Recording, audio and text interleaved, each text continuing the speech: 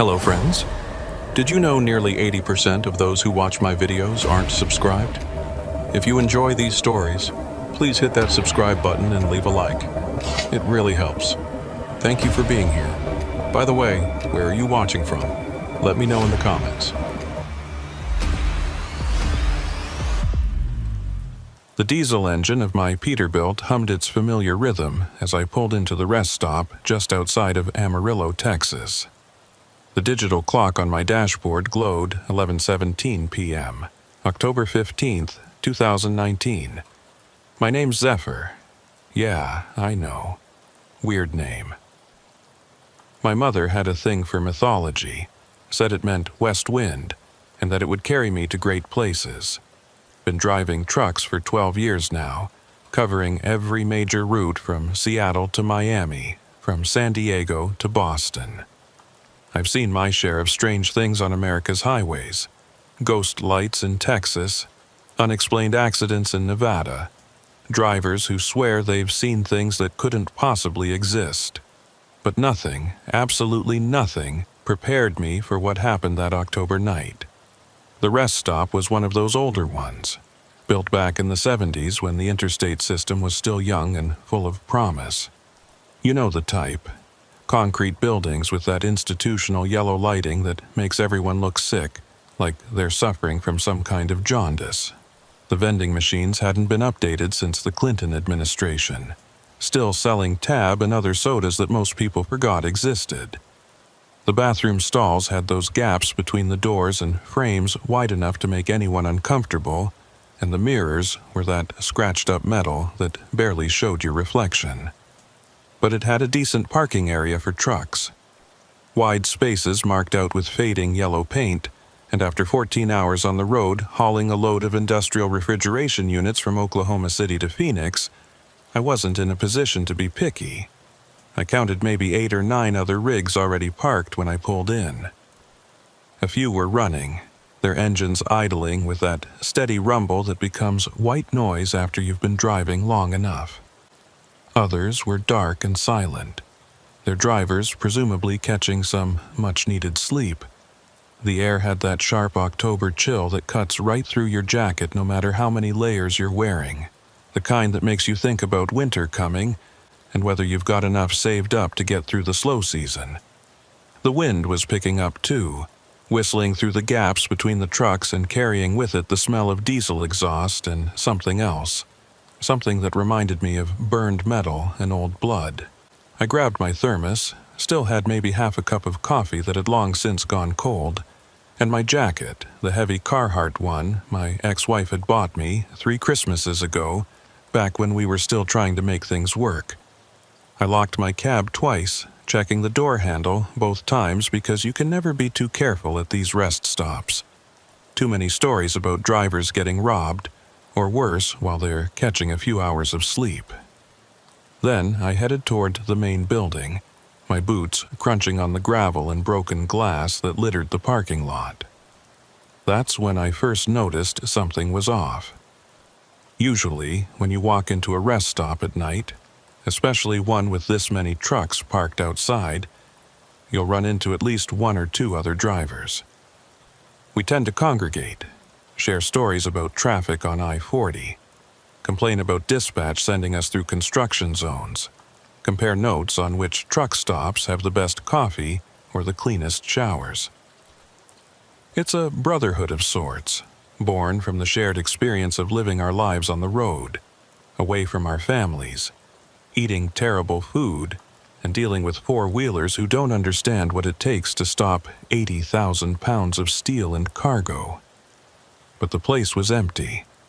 Not a soul in sight.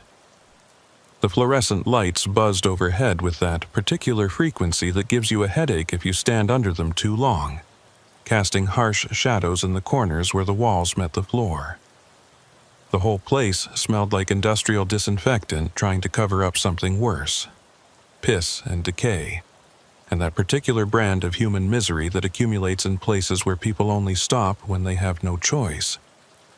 My footsteps echoed off the tile floors, which were once white, but had turned a kind of grayish yellow from years of neglect and half-hearted mopping.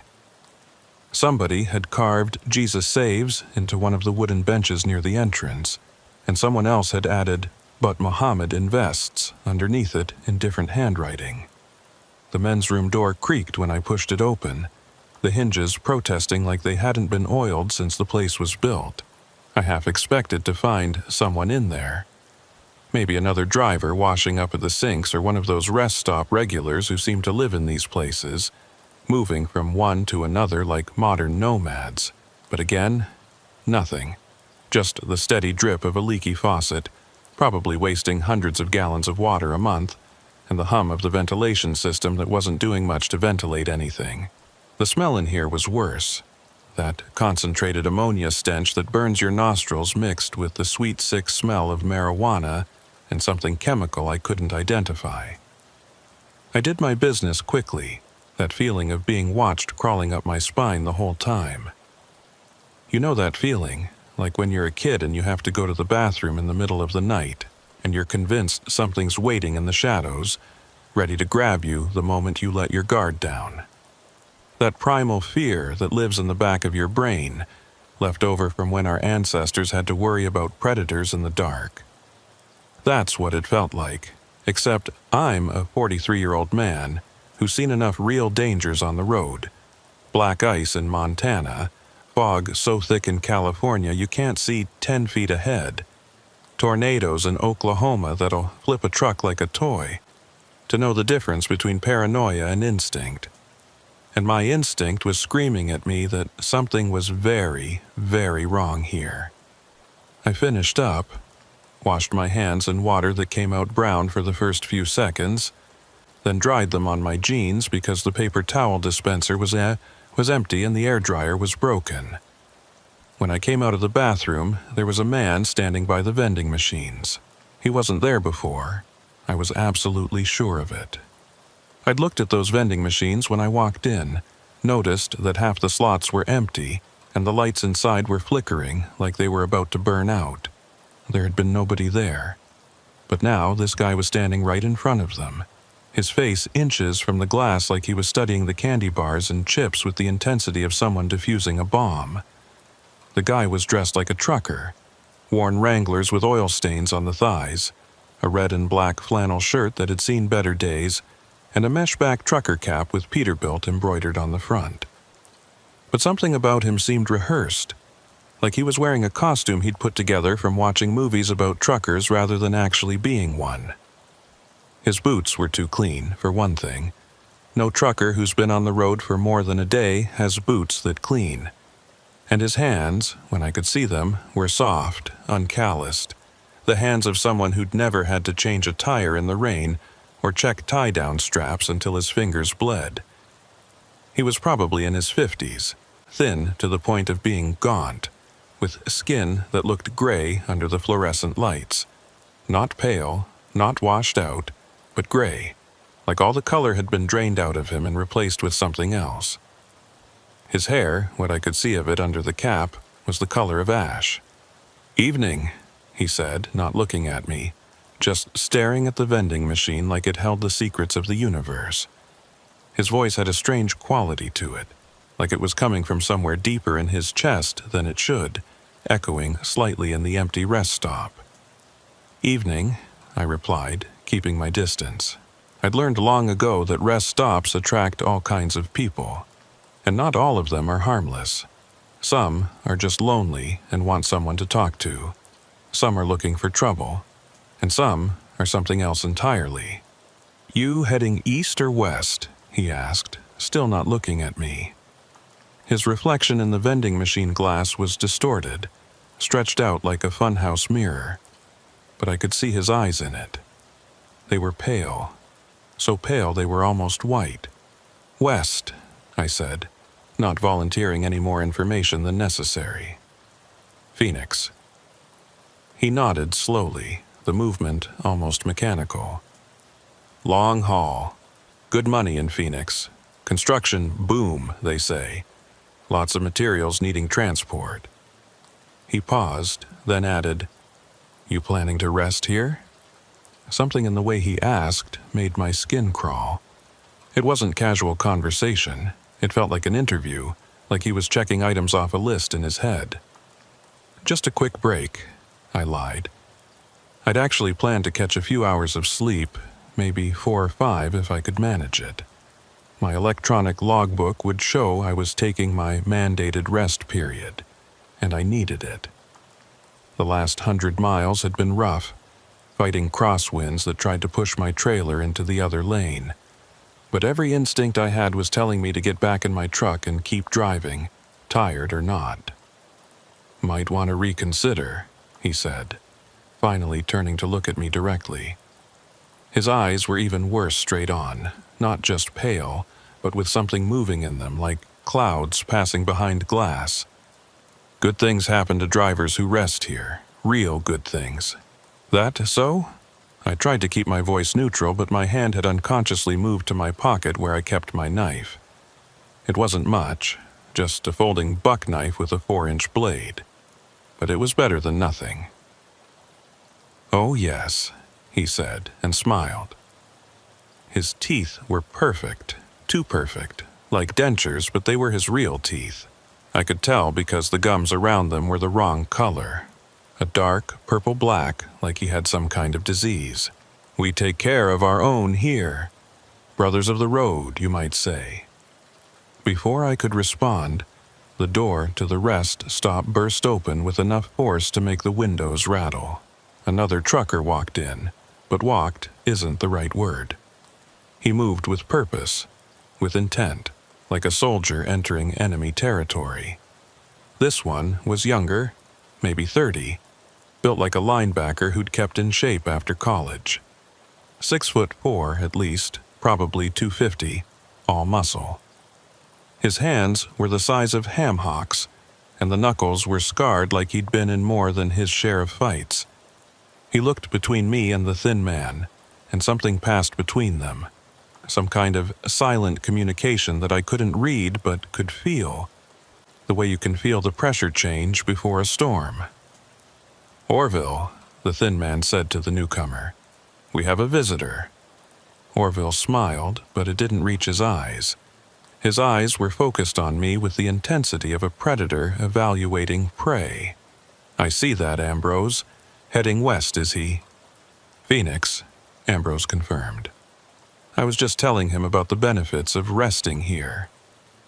"That's a shame," Orville said, walking closer to me. Each step was measured, calculated to seem casual, but actually cutting off my angles of escape. I'd seen enough bar fights to recognize the technique. "We were hoping you might be interested in something more profitable." I took a step back, my hand tightening on the knife in my pocket. "I've got a delivery to make. Company's expecting—" "Companies," Ambrose interrupted, moving to flank me from the other side. "Don't care about you. You know that, right? You're just a number to them, a vehicle to move their products, expendable, replaceable. They'll work you until you drop, then hire another driver before your body's cold." "But here—" He gestured vaguely at the rest stop, but somehow the gesture seemed to encompass much more. The parking lot, the highway, maybe the whole country. "Here, we take care of our own." "I should go," I said, moving toward the door, trying to keep both of them in my peripheral vision. Orville stepped in front of me, not aggressively exactly, but definitely blocking my path. Up close, I could smell him. Diesel and sweat and something else, something chemical and wrong, like formaldehyde.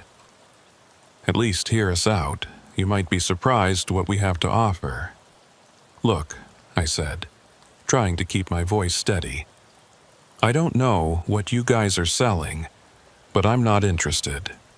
I don't do drugs, I don't run illegal cargo, and I sure as hell don't get involved in whatever this is." "We're not selling anything," Ambrose said from behind me.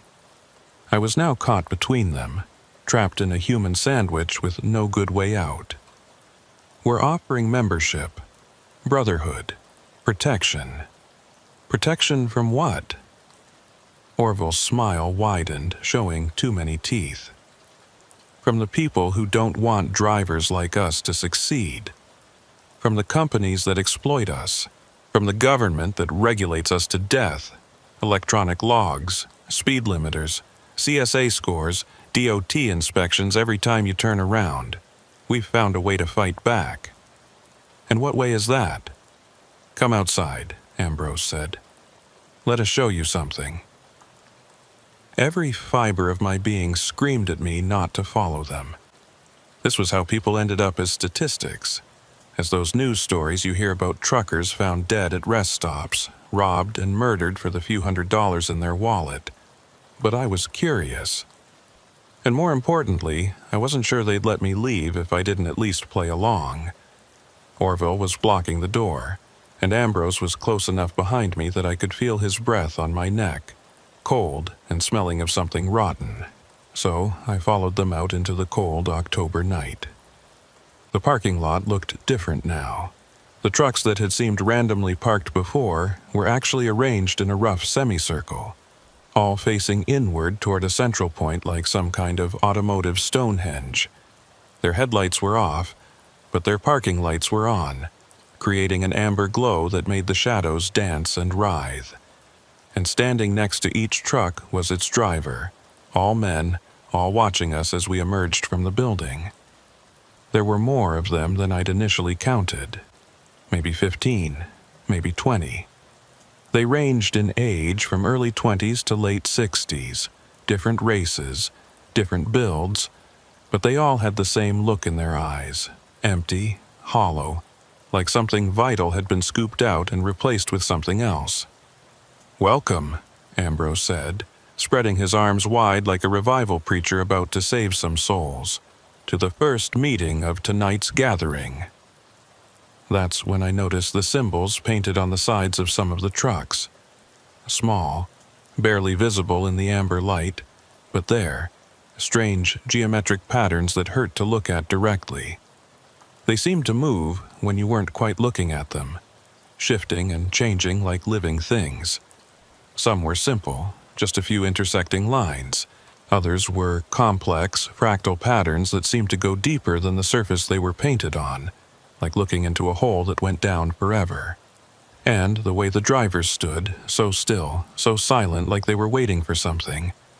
Not moving, barely even breathing. Just standing there like mannequins that had been posed by someone who didn't quite understand how humans were supposed to stand. "What is this?" I asked, my voice barely above a whisper. "This," Orville said, "is freedom. This is power. This is what happens when drivers stop being victims and start taking control." One of the other drivers stepped forward. He was older, maybe 60, with a grizzled beard that had gone more gray than brown, and eyes that looked hollow in the amber light, like someone had pressed thumbs into clay and left indentations. His flannel shirt was torn in places, and through the tears I could see his skin had the same grayish pallor as Ambrose's. "3 months ago," he said, his voice rough like he'd been gargling gravel, "I was nobody, barely making ends meet. Getting pushed around by every dispatcher who thought they owned me, every DOT officer who wanted to make their quota, every punk kid who thought truckers were easy marks, sleeping in my truck because I couldn't afford a motel, eating cold beans out of a can because I couldn't afford hot food." He paused, and when he continued his voice had changed, become something darker, hungrier. "Then I found them. Or they found me, here at this very rest stop. They showed me the truth. They showed me what we could become if we just stopped following their rules. And now?" I asked, though I wasn't sure I wanted to know the answer. "Now I take what I want," he said simply. "And nobody can stop me. The companies think their cargo is safe? We take it. The government thinks they can track us? We disappear. The other drivers think they're better than us. They learn different." I noticed movement in the shadows between the trucks. More figures, but these weren't truckers. They were smaller, hunched, moving in ways that didn't seem quite right. like their joints bent in directions human joints shouldn't bend. When one of them passed through a patch of light, I caught a glimpse of its face and had to suppress a gasp. It had been human once, that much was clear, but now it was something else. The features were all wrong. Eyes too far apart, mouth too wide, skin that looked like melted wax that had been reshaped by clumsy hands, and the way it moved, scuttling rather than walking, using its hands as much as its feet. "Who are they?" I asked, pointing with a trembling hand. Ambrose's pale eyes gleamed with something that might have been pride. "Associates, helpers, former drivers who didn't quite meet our standards but still had their uses. They make sure our operations run smoothly." "Operations?" "Cargo redistribution," Orville said, like he was explaining something simple to a child. "We take from those who have too much, share with those who understand the true order of things. The companies write it off as theft, shrinkage, lost in transit. They're insured. They don't really lose anything, but we gain everything." It clicked then. These weren't just truckers, they were thieves, hijackers, an organized ring that was stealing cargo and using these rest stops as meeting points. But that didn't explain the things in the shadows, or the symbols, or the way the very air around them felt wrong, poisoned somehow. "You're talking about organized crime," I said flatly. "Crime?" Ambrose laughed, but there was no humor in it. Just a dry rasping sound like wind through dead leaves. "Is it a crime to take back what's been stolen from us?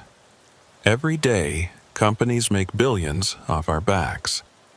We drive their goods across the country. We risk our lives on dangerous roads. We spend weeks away from our families, destroying our bodies and minds for their profit. And what do we get? Pennies on the dollar, table scraps, regulations that make it impossible to make a living. They've criminalized our entire existence. Can't idle your truck to stay warm. Can't drive more than 11 hours even if you're wide awake. Can't stop where you want. Can't refuse a load even if it's going to a dangerous area. Every year, there are more rules, more restrictions, more ways for them to fine us and control us. Who are the real criminals? So you steal from them.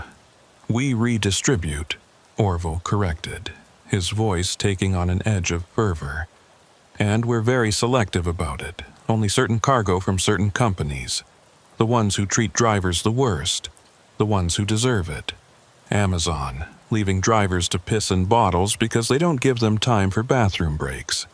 Walmart, paying drivers so little they qualify for food stamps. The mega carriers who treat drivers like robots, tracking their every move, measuring their every minute." One of the shadow figures moved closer, drawn perhaps by the raised voices, and I finally got a good look at it. My blood turned to ice water in my veins. It was a person, or had been once. Now it was something else, something that violated every natural law I understood. Its limbs were too long, joints bending in places they shouldn't, like someone had broken all its bones and let them heal wrong. Its fingers had too many knuckles, and they moved independently like spider legs. Its face was human enough to be recognizable, but the proportions were all wrong. Jaw too wide, forehead too narrow, eyes that had migrated to the sides of its head like a prey animal's. But the worst part was that there was still intelligence in those eyes. Still a spark of consciousness that suggested that somewhere inside that twisted form, a human mind was trapped, aware of what it had become. "What the hell is that?" I whispered, my voice cracking. Ambrose followed my gaze with the detachment of a scientist observing a specimen. "That's Mitchell, or what's left of him. He tried to leave our organization once, tried to report us to the authorities. We couldn't allow that, of course. But waste not, want not. He serves a different purpose now." The thing that had been Mitchell tilted its head at an unnatural angle, almost 180 degrees, studying me with eyes that held just enough intelligence to show suffering, just enough humanity to make it horrifying rather than simply monstrous. "You're insane," I breathed, taking another step back only to bump into Orville's massive chest. "Are we?" Ambrose asked, his voice philosophical. "Or are we just practical? Mitchell made his choice. He could have had wealth, brotherhood, protection. Instead, he chose betrayal. And now he helps us in other ways. Loading cargo, keeping watch, handling problems. Problems like drivers who won't join." "Smart man," Orville said from behind me, his hand falling on my shoulder like a vice. "But we're hoping it won't come to that. You seem like someone who understands how the world really works. Someone who's tired of being stepped on. I'm doing just fine on my own." "Are you?" Ambrose pulled out a smartphone, one of those new models with the big screen, and tapped it a few times. Then he showed it to me. It was my employee file from Heartland Trucking, complete with my photo, address, emergency contacts, my ex-wife Sarah in Houston, my teenage daughter Emma, who just turned 16. The screen showed more than just contact information. It had Sarah's work schedule at the hospital where she was a nurse, Emma's school records, her Instagram account, photos of her at track practice. They'd done their homework. They knew everything. "How did you—" "We have people everywhere," Ambrose said, his tone matter-of-fact. "Dispatchers, clerks, even some management. The network is vast, Zephyr. It stretches from coast to coast, border to border, and it protects those who belong to it, but those who reject us, who threaten us." He glanced meaningfully at the Mitchell thing, which had scuttled closer, close enough that I could smell it, rot and motor oil and something chemical, like antifreeze. "Are you threatening my family?" My hand went to my knife, though I knew it would be useless against all of them. "We're explaining reality," Orville said calmly, his grip on my shoulder tightening. "Join us, and they'll never want for anything. You'll have more money than you know what to do with. Emma's college? Paid for. Sarah's mortgage? Gone. You could retire in 5 years, 10 at most, with enough money to live like a king. Refuse us, and, well, we can't have loose ends." We wouldn't have to," Ambrose interrupted. "Accidents happen. A nurse working late shifts, tired. Maybe her car develops brake problems. A teenage girl walking home from track practice. Maybe she takes a wrong turn, ends up in the wrong neighborhood. We wouldn't have to do anything directly. The world is a dangerous place, and without protection—" He let the threat hang in the air like smoke from a cigarette. I looked around the circle again, my mind racing for options. These men had made their choice. They'd traded their humanity for money and power, allied themselves with something that turned people into those things in the shadows, and now they wanted me to do the same. The other truckers had moved closer now, tightening the circle. In the amber light from the parking lights, I could see them more clearly. Each one had the same hollow look in their eyes, like something essential had been drained out of them and replaced with something else, something that wore their faces like masks. Some of them had visible marks on their exposed skin. Not tattoos, but something that looked burned or carved into the flesh. Symbols that matched the ones painted on the trucks. One of them, a Hispanic man in his 40s with a mustache that had gone gray at the edges, was muttering something under his breath. It wasn't English, wasn't Spanish either. It sounded older than both, a language that predated highways and trucks, maybe predated civilization itself. The words made my teeth ache just hearing them. "What's this mark you mentioned?" I asked, stalling for time while my mind raced for a way out. Orville rolled up his sleeve with the practiced motion of someone who'd done this demonstration before. On his forearm was a brand, not a tattoo, but an actual burn mark in the shape of that same geometric pattern I'd seen on the trucks. But this one was different. It seemed to move slightly, like it was alive under his skin, pulsing with a rhythm that didn't match his heartbeat. The skin around it was discolored, not red or inflamed like a fresh burn, but that same grayish color I'd noticed on Ambrose, spreading out from the mark like an infection. "It bonds you to the network," he explained, his voice taking on the tone of a teacher explaining something to a particularly slow student. "Lets us know where you are, lets you know where we are, and it ensures loyalty." "Ensures? You can't betray what you're part of," Ambrose said, moving around to where I could see him better. In the amber light, his pale eyes looked almost luminescent, like a cat's eyes catching headlights. "The mark makes sure of that. Try to go to the cops and your tongue won't work. The words simply won't come. Try to run and your legs won't carry you far. It's insurance for both sides." "Both sides of what?" I asked, though I was starting to piece it together. "The arrangement," Ambrose said. "We serve the network, and the network serves, well, let's call them our senior partners." "Senior partners?" Orville laughed, a sound like grinding gears. "You didn't think we came up with this on our own, did you? The knowledge, the power, the ability to reshape flesh and bone?" He gestured at the Mitchell thing, which had crawled even closer, its malformed hands leaving wet prints on the asphalt. "This is ancient, Zephyr, older than the highways, older than America. There have always been those who travel the roads, carrying more than just cargo. And there have always been things that hunger for what humans can provide." "You're talking about demons," I said flatly. "Devils, evil spirits, labels," Ambrose said dismissively, waving a hand like he was swatting away a fly. "Human words for things humans don't understand. They're no more demons than we are angels. They're just different, from somewhere else, and they're willing to trade." "Trade what?" "Power for service," Orville said. "We bring them what they need. They give us what we want. Simple capitalism, really. The most American thing in the world." "What do they need?" The circle of truckers all smiled at once, the synchronization of it making my skin crawl. It was like watching puppets all pulled by the same string. "Experiences," Ambrose said softly. "They feed on experiences. Fear, pain, desperation, hope, love, all of it.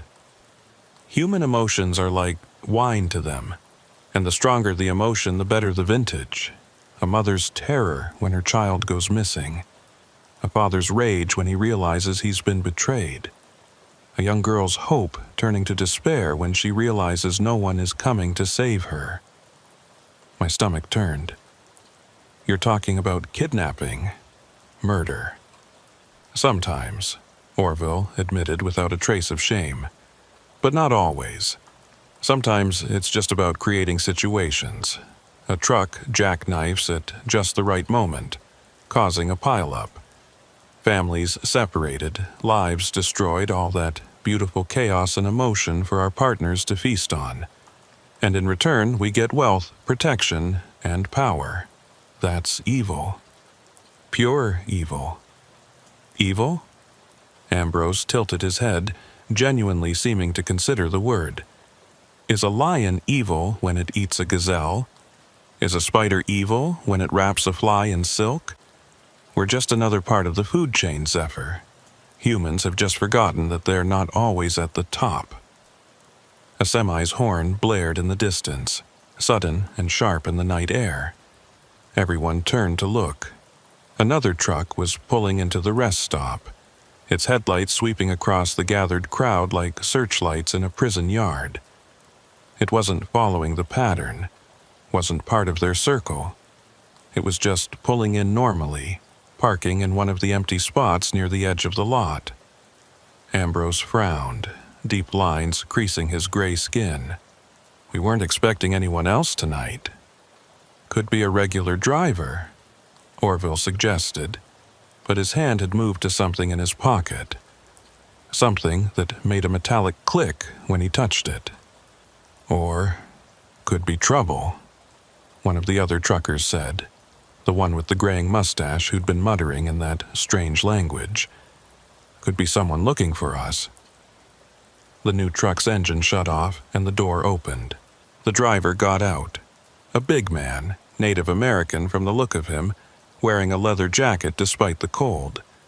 He moved with the confidence of someone who either didn't know what he was walking into or didn't care. As he got closer, I could see he was older than I'd first thought. Maybe mid-50s, with silver streaking through his long black hair that he wore in a ponytail. His face was weathered but strong, with deep lines around his eyes that suggested he'd seen things, maybe things as bad as what I was seeing now. "Evening, brothers," he called out, his voice carrying across the parking lot with surprising authority. "Hell of a cold night for a gathering." "This is a private meeting," Ambrose said, moving to intercept him. The other truckers shifted, ready to block the newcomer if necessary. "Is it now?"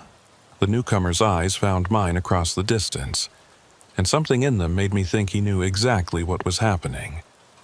"Because, from where I'm standing, looks like you're having a recruitment drive. And recruitment drives are supposed to be voluntary, according to the old laws." The moment he said old laws, the atmosphere changed. The truckers went rigid, and even the shadow things stopped their constant movement. Ambrose's pale eyes narrowed to slits. "The old laws," Orville scoffed, but there was uncertainty in his voice now. "What would you know about—" The newcomer held up his hand, and I saw he had a mark too, but different. Older looking, more complex. The geometric patterns were more intricate, like comparing a child's drawing to a masterpiece, and they definitely moved under his skin, pulsing with a rhythm that made my eyes water to follow. "I know enough," he said. "Phoenix chapter. We heard you might be getting a little aggressive with your recruitment methods up here." Phoenix chapter. My destination. Was this more than coincidence? "This doesn't concern Phoenix," Ambrose said, but I heard fear in his voice for the first time. "Everything on this highway concerns Phoenix," the newcomer said. He looked at me again, and this time he addressed me directly. "You. Driver, you want to be here?" It was my chance, maybe my only chance. "No, they're threatening my family if I don't join." The newcomer shook his head slowly, and several of the truckers took a step back. Even the Mitchell thing retreated into the shadows. "Amarillo chapter always was too eager," the man said. "You're violating the accords, brothers. Forced recruitment brings attention. Attention brings hunters. You want another situation like Little Rock?" The mention of Little Rock had an immediate effect on the gathered truckers. Several of them shifted uncomfortably, and even the twisted things in the shadows seemed to pull back. Ambrose's pale eyes narrowed, but there was fear there now, mixing with his anger. "Little Rock was different," he said carefully. "Those were rogue elements." "Were they?" the Phoenix driver asked, walking closer. In the harsh light of the rest stop, I could see his mark more clearly. It wasn't just older, it was different in nature, like comparing a crude copy to an original. The geometric patterns were more intricate, and they definitely moved under his skin, pulsing with a rhythm that made my eyes water to follow. Or were they just another chapter that got too greedy, too violent, and brought the wrong kind of attention? "Who are you?" Orville demanded. "Phoenix chapter doesn't have authority here." "Name's Joseph Crowdog," the man said, and several of the truckers took another step back.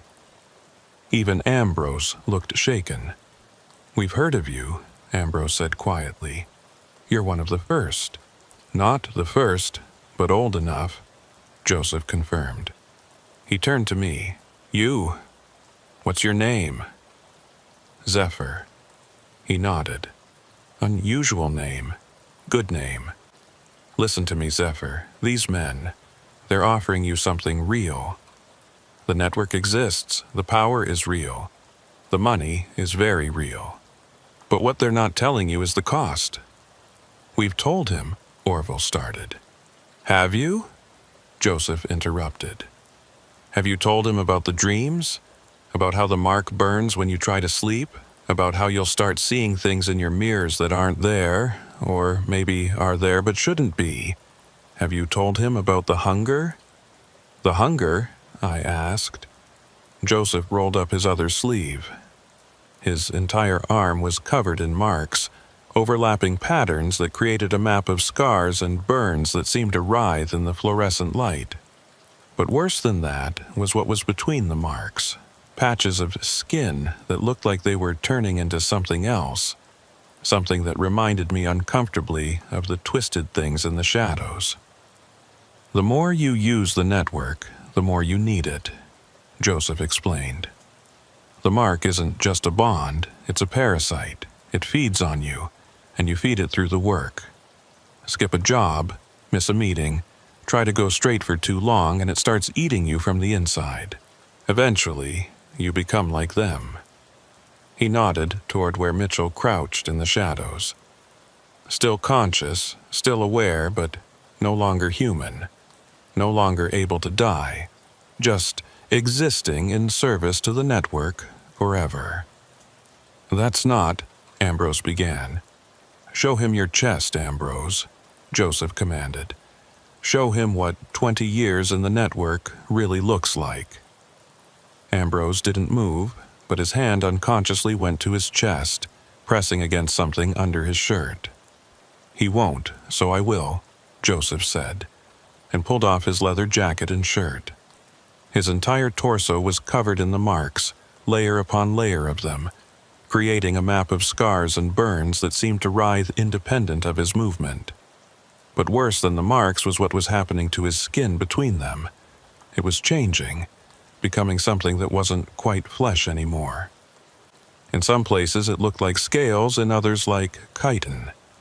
Some patches seemed to be developing eyes, small, black, unblinking things that tracked movement independently. This is what dedication to the network looks like, Joseph said, his voice carrying across the silent parking lot. This is what they're really offering you. Not freedom, not power, just a different kind of slavery, a worse kind, because at least human masters eventually die. The things we serve, they're eternal, and so is our service. You're still here, Orville pointed out, though his voice had lost much of its earlier confidence. Still working, still part of it. Because I can't leave, Joseph said simply. None of us can, once we're in deep enough. The mark won't let us. Try to run, and it brings you back. Try to die, and it won't let you. I've been trying to find a way out for 15 years. He put his shirt back on and faced me. But you still have a choice. The Amarillo chapter broke protocol by threatening you. Under the old laws, the ones that founded the network, recruitment must be voluntary. Truly voluntary, not coerced. The old laws are just guidelines, Ambrose said, but he sounded desperate now. Are they? Joseph pulled something from his pocket. A coin, ancient-looking, made of some metal that seemed to absorb light rather than reflect it.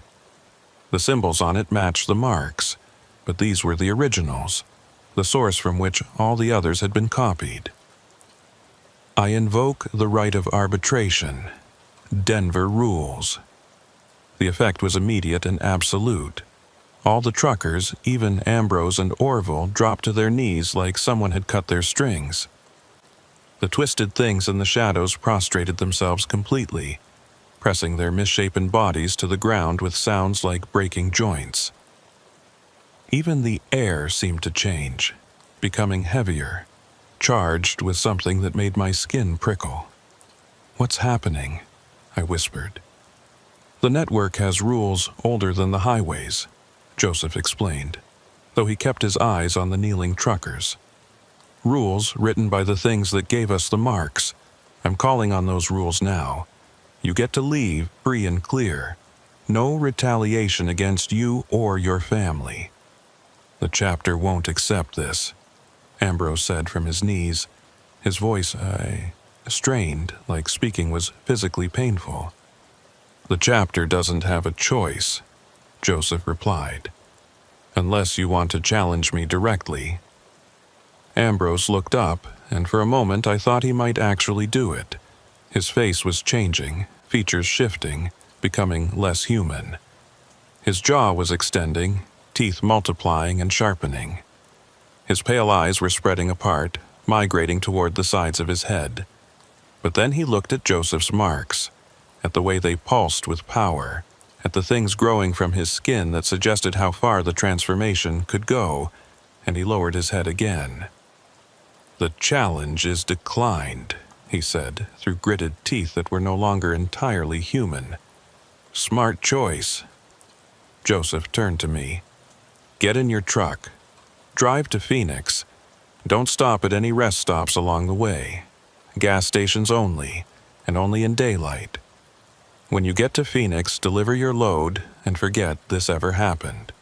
"Will they really leave me alone?" I asked, looking at the kneeling figures, at the shadow things that writhed in apparent agony. "They'll have to. I've invoked the old laws. Breaking them would bring consequences worse than anything the cops could do." He paused, and his expression softened slightly. "But Zephyr, don't ever speak of this.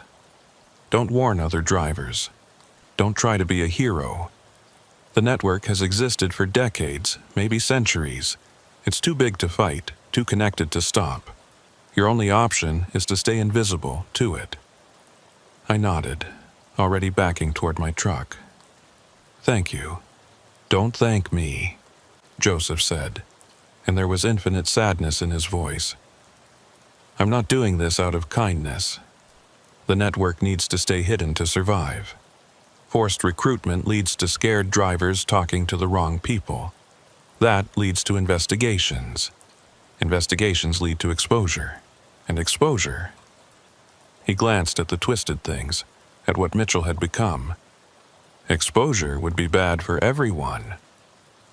I made it to my truck, my hands shaking so badly I could barely get the key in the lock. The engine roared to life, and I've never been so grateful for that sound. As I pulled out of the rest stop, I looked in my mirrors one last time.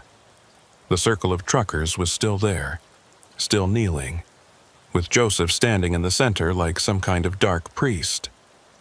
The amber lights made the scene look like something out of a medieval painting, penitents before a saint, or damned souls before their judge.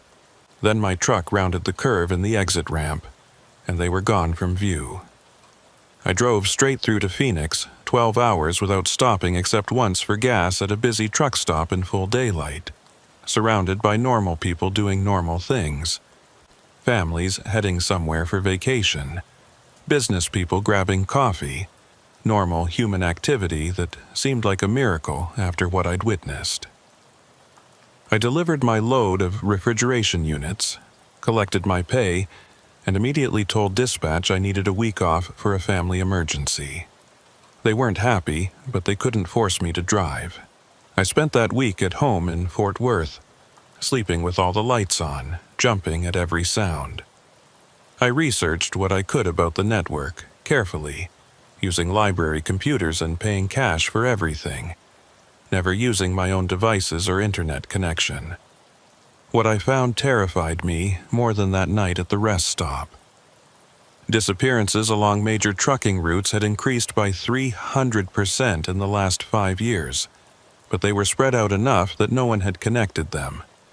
Rest stops were being abandoned at record rates, with state governments citing budget concerns. But if you dug deeper, the reports always mentioned unusual activity or safety concerns before closure. The rest stop outside Amarillo, where I'd had my encounter? It was closed 2 weeks after that night, officially for renovation. It never reopened. There were rumors in the darkest corners of trucker forums, posts that would appear for a few hours before being deleted. Drivers who'd seen things, encountered things, and lived to tell about it. Stories about trucks that would appear and disappear on stretches of highway where there were no exits. Cargo that would vanish from locked trailers. Drivers who would change, becoming something else, something wrong. But what scared me most was the pattern I started to see. The stolen cargo, the redistributed goods, they weren't random. It was specific items going to specific places. Electronics going to coordinates in the desert where there was supposedly nothing. Chemicals being rerouted to abandoned industrial sites. Construction equipment vanishing near old mining towns.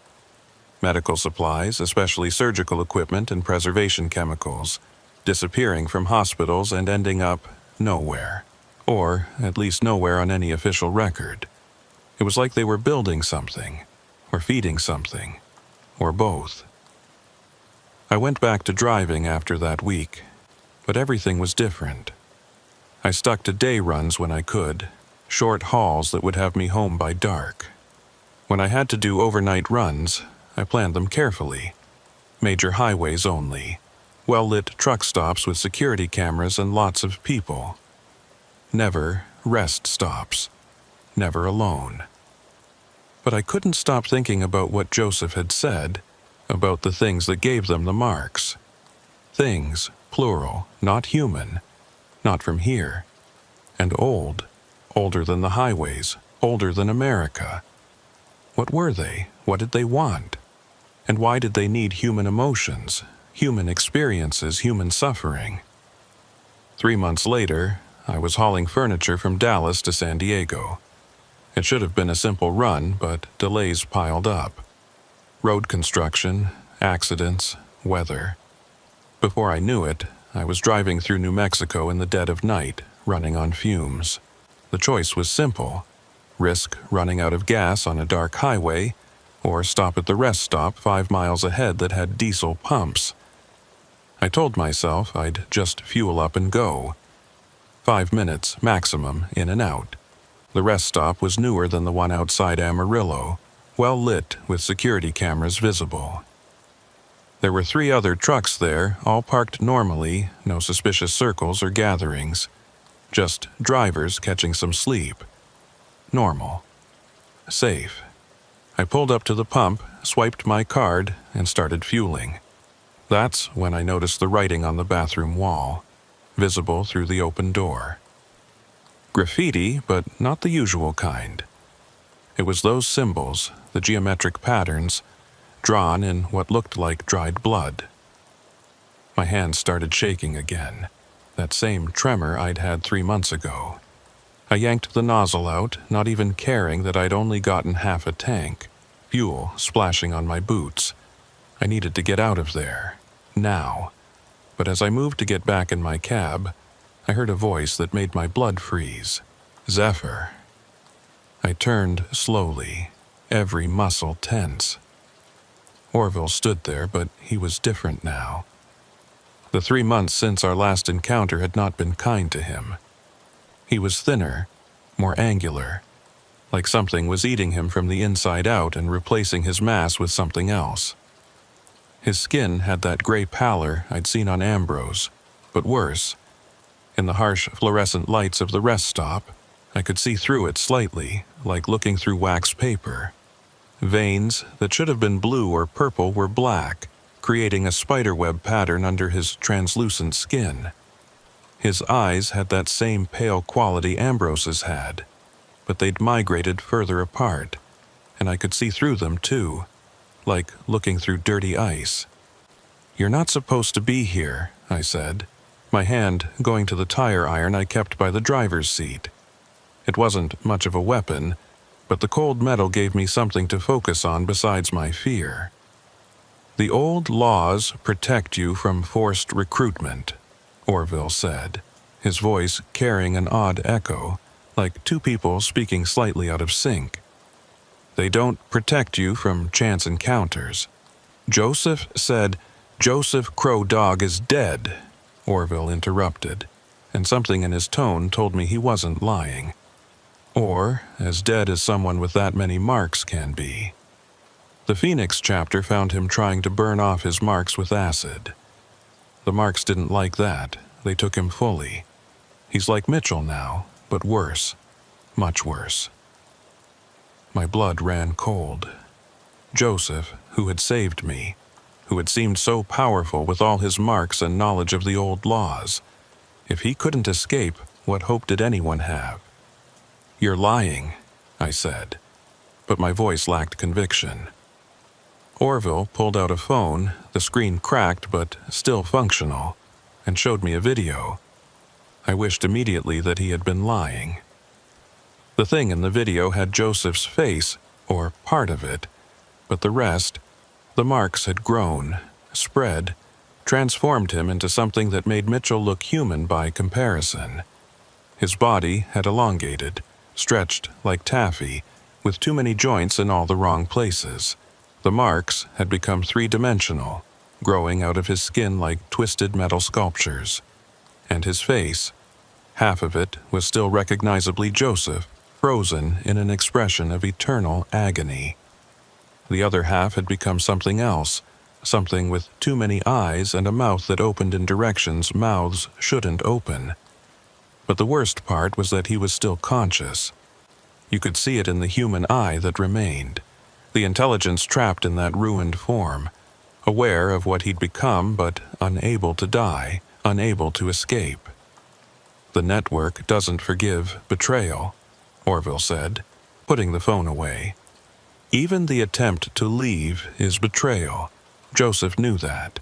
He knew what would happen if he tried to remove the marks. But he did it anyway. The pain of existence became too much, even for one of the first. "I never joined," I said, trying to keep my voice steady.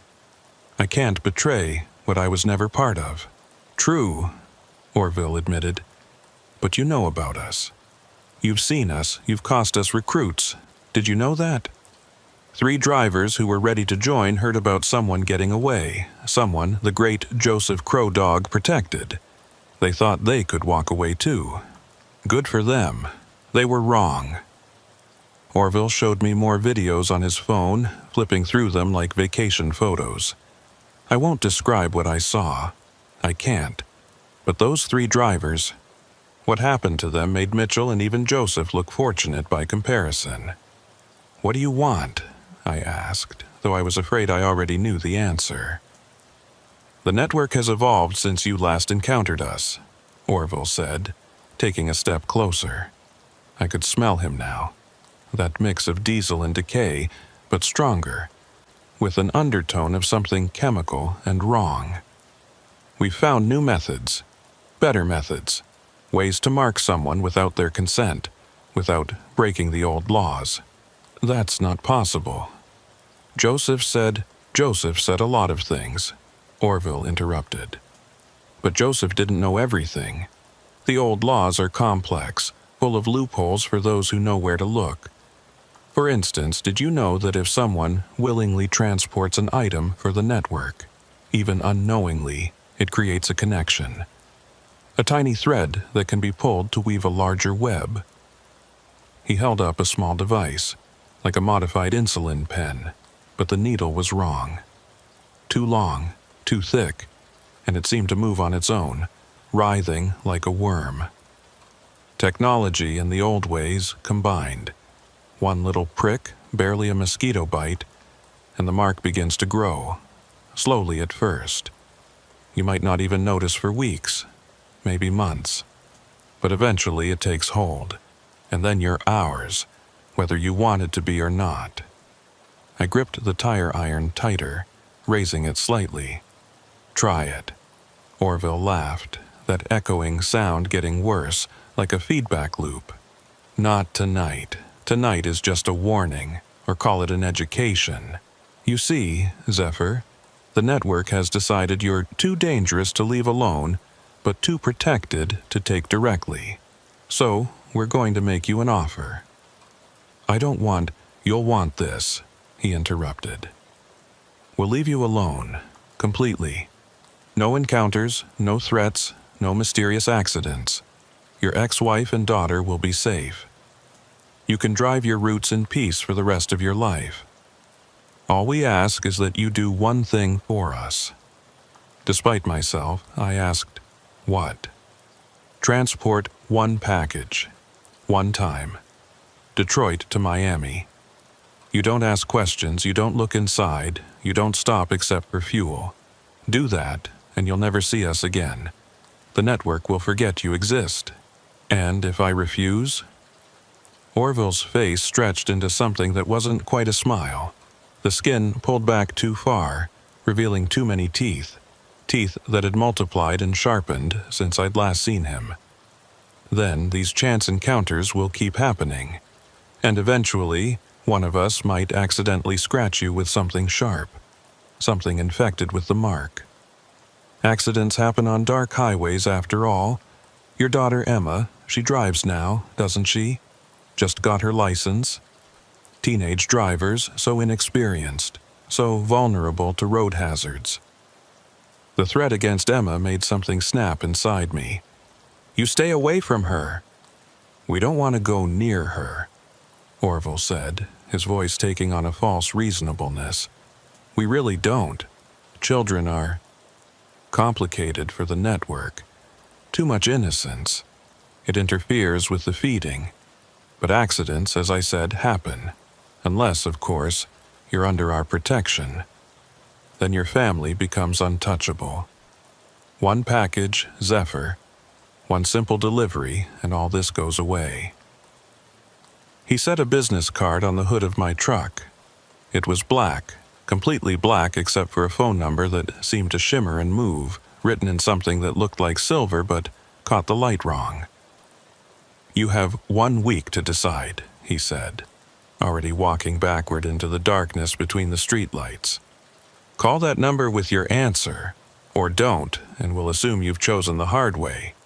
"Wait," I called out. "What's in the package? What am I transporting?" Orville paused at the edge of the light. "Does it matter? It's just cargo. You're a trucker. You move cargo. This is no different than any other load you've hauled. It's completely different and you know it. Is it?" His form was already becoming indistinct, melting into the shadows. "Every load you've ever hauled has been part of someone's plan, someone's scheme. Corporate exploitation, consumer manipulation, environmental destruction. You think those refrigeration units you delivered to Phoenix were for humanitarian purposes? They were for a company that stores biological samples. Some of those samples aren't entirely legal, or entirely human. You've always been part of the network, Zephyr. You just didn't know it." He vanished. Not walked away, literally vanished. Between one blink and the next, leaving only the smell of diesel and decay and that black business card on my hood. I grabbed the card, got in my truck, and drove. I didn't stop until I reached San Diego, running on fumes and adrenaline, my hands gripped so tight on the steering wheel that I couldn't feel my fingers. I delivered my load of furniture to a normal warehouse with normal people doing normal jobs, and the mundanity of it felt surreal after what I'd experienced. That was a week ago. The card sits on my dashboard as I write this, the deadline approaching.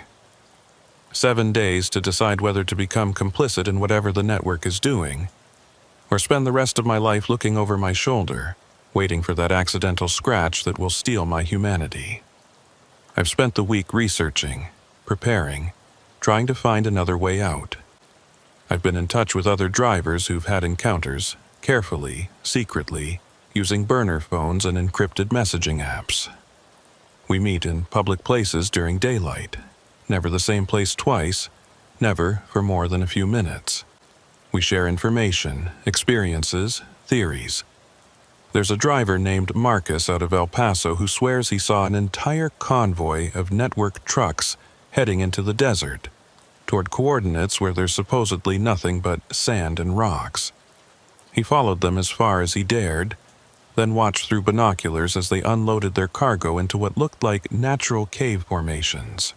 But the way the shadows fell was wrong, like the caves went deeper than they should, deeper than the geology of the area should allow.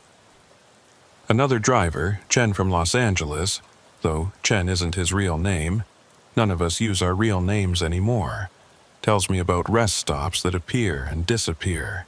He'll be driving a route he's driven 100 times, and suddenly there's a rest stop he's never seen before. The signs are all wrong, pointing to cities that don't exist or distances that don't make sense. He's never stopped at one, but he's seen other trucks pull in.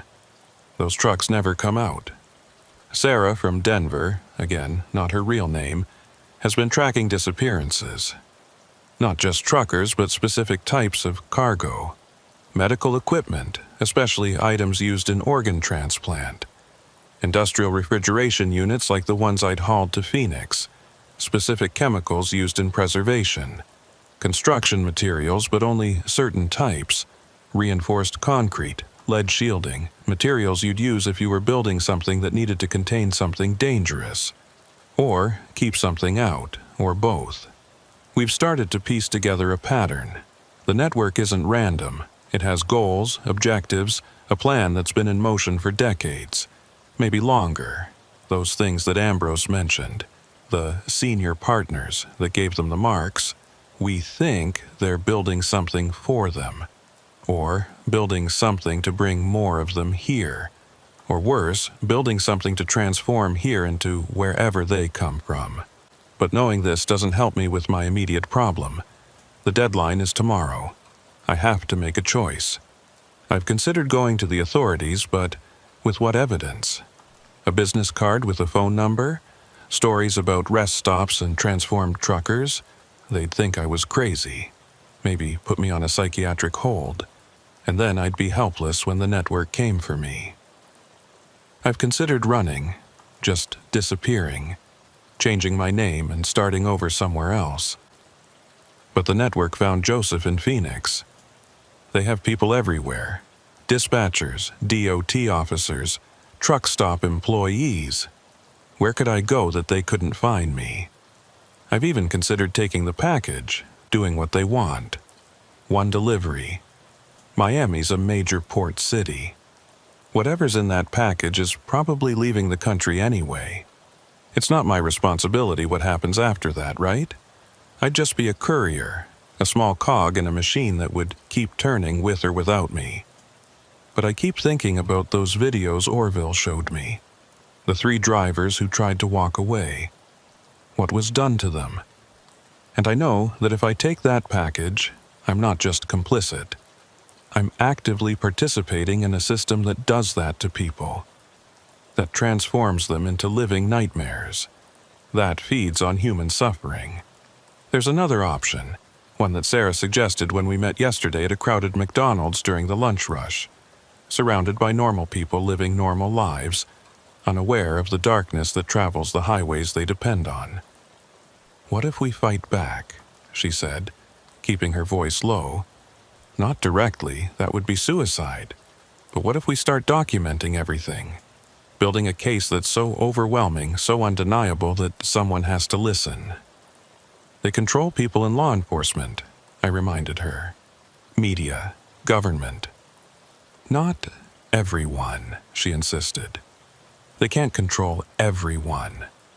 And there are others like us, drivers who've seen things, who know the truth.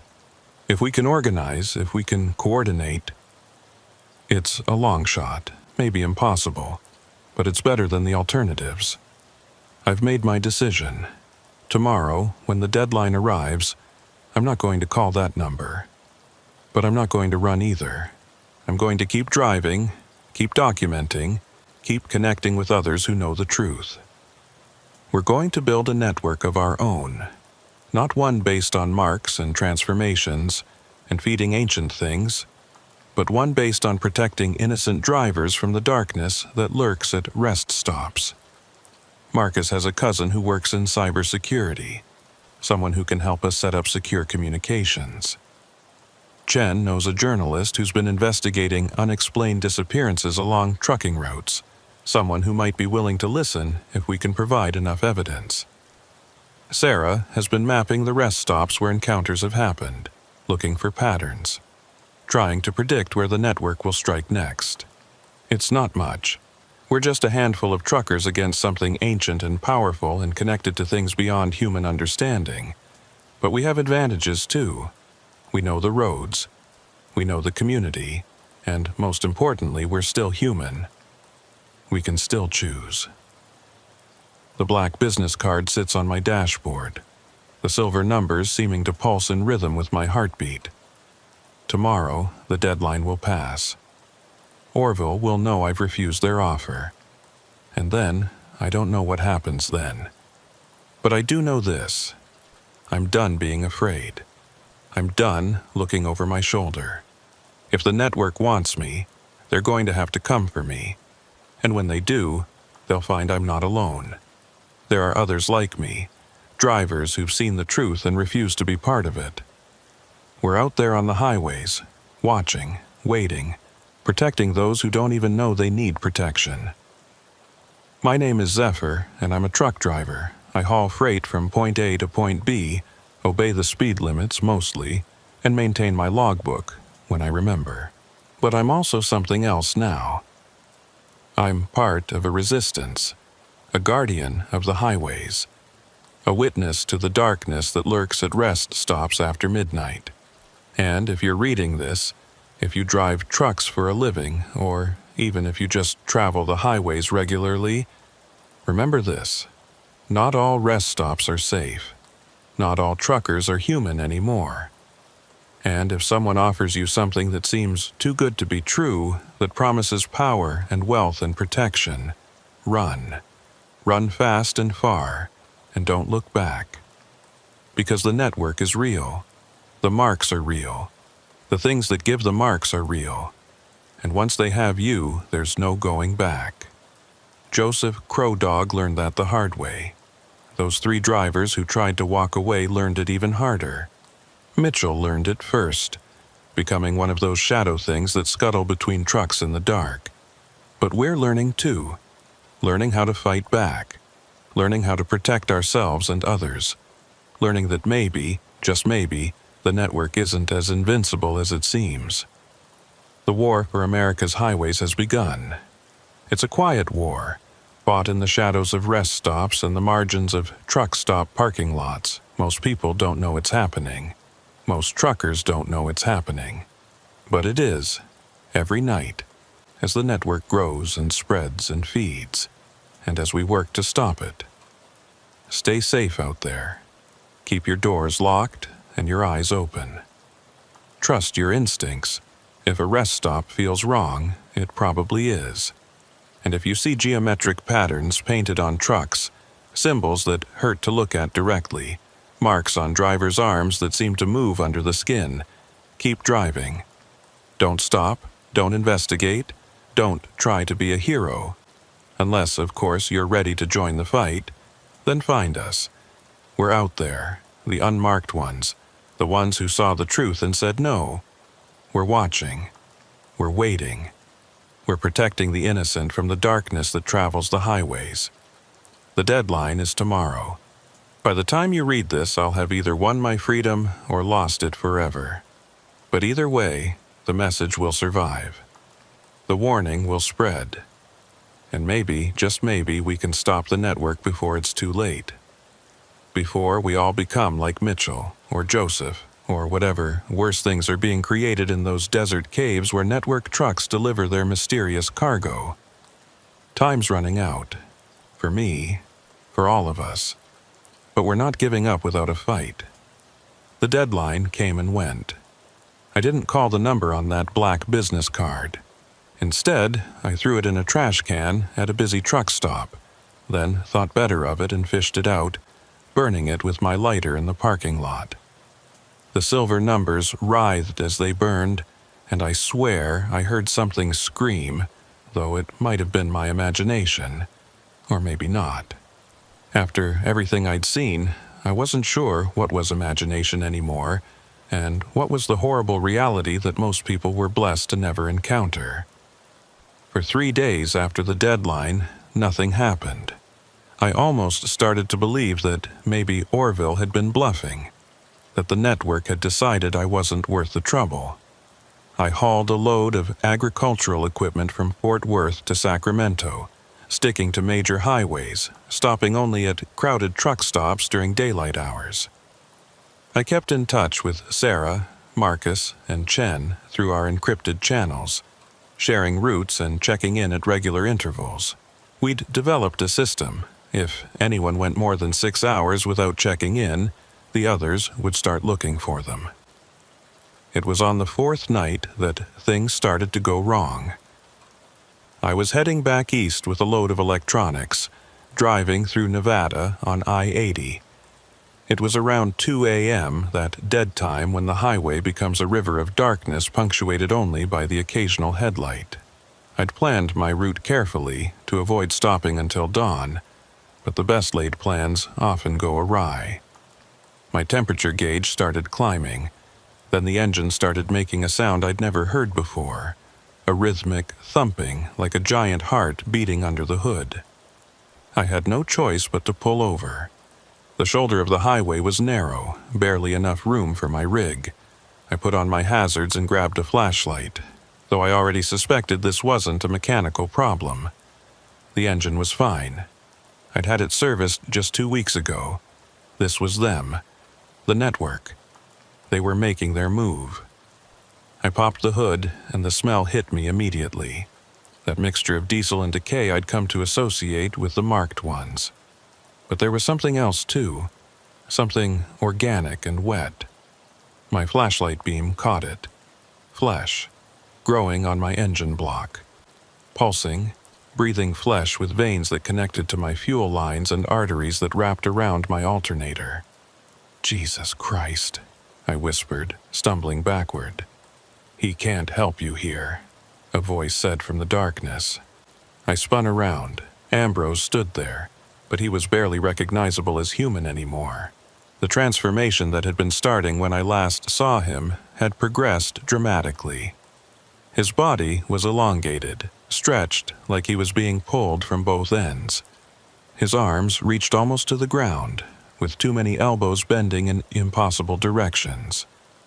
His face had split partially down the middle, revealing a second face underneath, one that was all teeth and eyes. The geometric marks weren't just on his skin now. They were his skin, raised and three-dimensional, creating a topography of scars and symbols that moved and shifted constantly. "You missed your deadline," he said, both mouths moving slightly out of sync. That was unwise. "I'm not joining your network," I said, trying to keep my voice steady while reaching for the tire iron I kept in the cab. "Oh, but you already have," Ambrose said, gesturing to my engine. "You've been driving with our gift for the last 100 miles. The flesh is already bonding with your truck's systems. In another hour, maybe 2, the merger will be complete. Your truck will become alive. And since you're connected to your truck, registration, insurance, all those legal bonds, you'll be connected to it too. The mark will grow from machine to man. Clever, isn't it? We don't have to mark you directly. We just mark your property and let the connection do the rest." I looked at the flesh growing on my engine, watched it pulse and spread. It was already covering half the engine block, and I could see tendrils reaching for other components. "How do I stop it?" "You don't," another voice said. Orville emerged from the other side of my truck. He was even worse than Ambrose, if that was possible. His transformation had taken a different path. Instead of elongating, he'd become broader, more massive. Extra arms had sprouted from his torso, each one ending in hands that had too many fingers. His head had partially separated into 3 distinct sections, each with its own face, all of them wrong in different ways. But we're reasonable. We'll give you one more chance. Transport the package, Detroit to Miami. Do that and we'll remove the flesh from your truck. Refuse, and, well, you'll become part of your truck, and your truck will become part of the network. Mobile, conscious, eternal. Just another vehicle for our purposes. You're insane. Sanity is a human concept, Ambrose said. We've moved beyond human. A pair of headlights appeared in the distance, growing larger. Another truck. For a moment, I felt hope. Maybe it was a state trooper, or another driver who could help. But as the vehicle got closer, I realized it was a semi, and it was slowing down, pulling over behind my rig. The door opened, and someone got out. At first, I didn't recognize her. The figure was too distorted, too wrong. But then I heard the voice. "Hello, Zephyr." It was Sarah from Denver, who'd been helping organize our resistance. But she was marked now, the geometric patterns glowing faintly under her skin. Her transformation had just started. She still looked mostly human, but her eyes had that pale quality, and her movements were too fluid, like her joints had been loosened. "Sarah, no," I breathed. "How?" "They came for me 2 nights ago," she said, her voice carrying that slight echo I'd heard in Orville's. "I tried to fight, tried to run, but you can't run from something that controls half the trucks on the highway. They boxed me in, gave me a choice, join or become like Mitchell. I chose to join. At least this way I'm still mostly myself. For now. You betrayed us. I survived," she corrected. "And now I'm here to convince you to do the same. Take the package, Zephyr. It's not that bad. The mark, it changes you, yes, but it also opens your eyes. I can see things now, understand things. The network isn't evil, it's just different.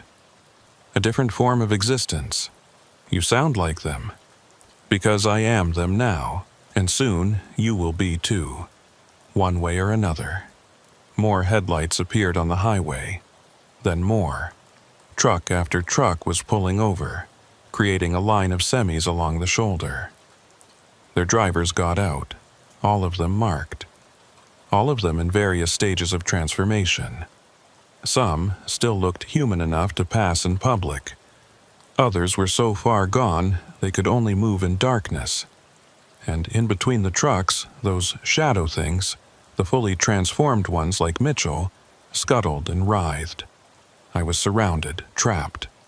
"This is bigger than just the Amarillo chapter," I said, understanding dawning. "Every chapter," Ambrose confirmed. "When you refused our generous offer, word spread. You've become something of a celebrity in the network. The driver who said no. The one who thought he could resist.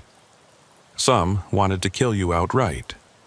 Others wanted to make an example of you. But the senior partners had a different idea."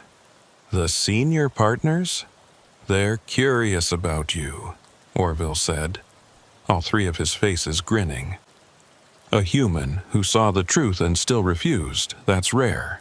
They want to study you, understand you, and then remake you into something special, something new. You should be honored." "Go to hell." "Hell?" Ambrose laughed, that dry, rasping sound. "Hell is a human concept, too.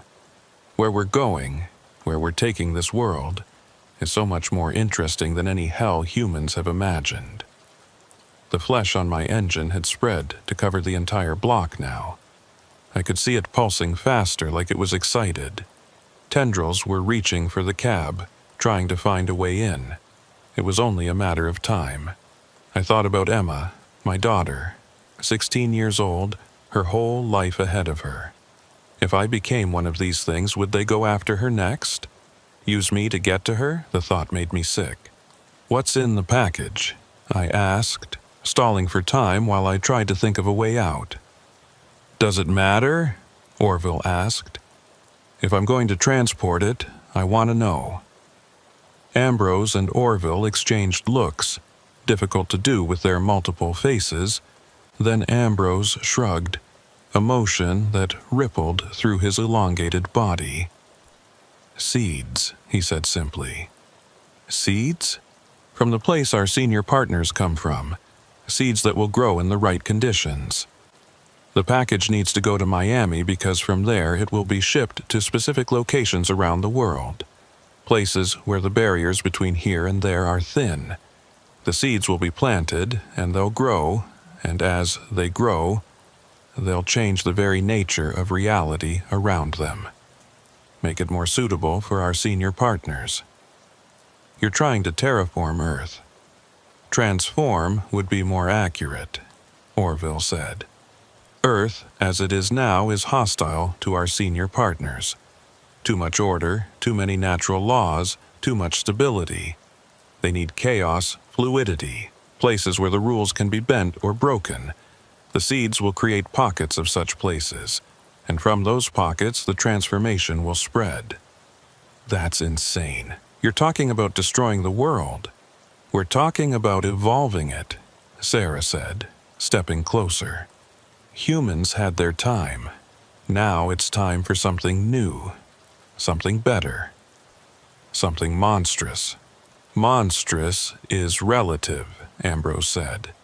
To a caterpillar, a butterfly might seem monstrous. We're just the next stage. The flesh had reached the cab door now. I could hear it probing the seals, looking for a way in. In minutes, maybe less, it would find one. And then I'd become like them. Or worse. I made a decision. Fine, I said.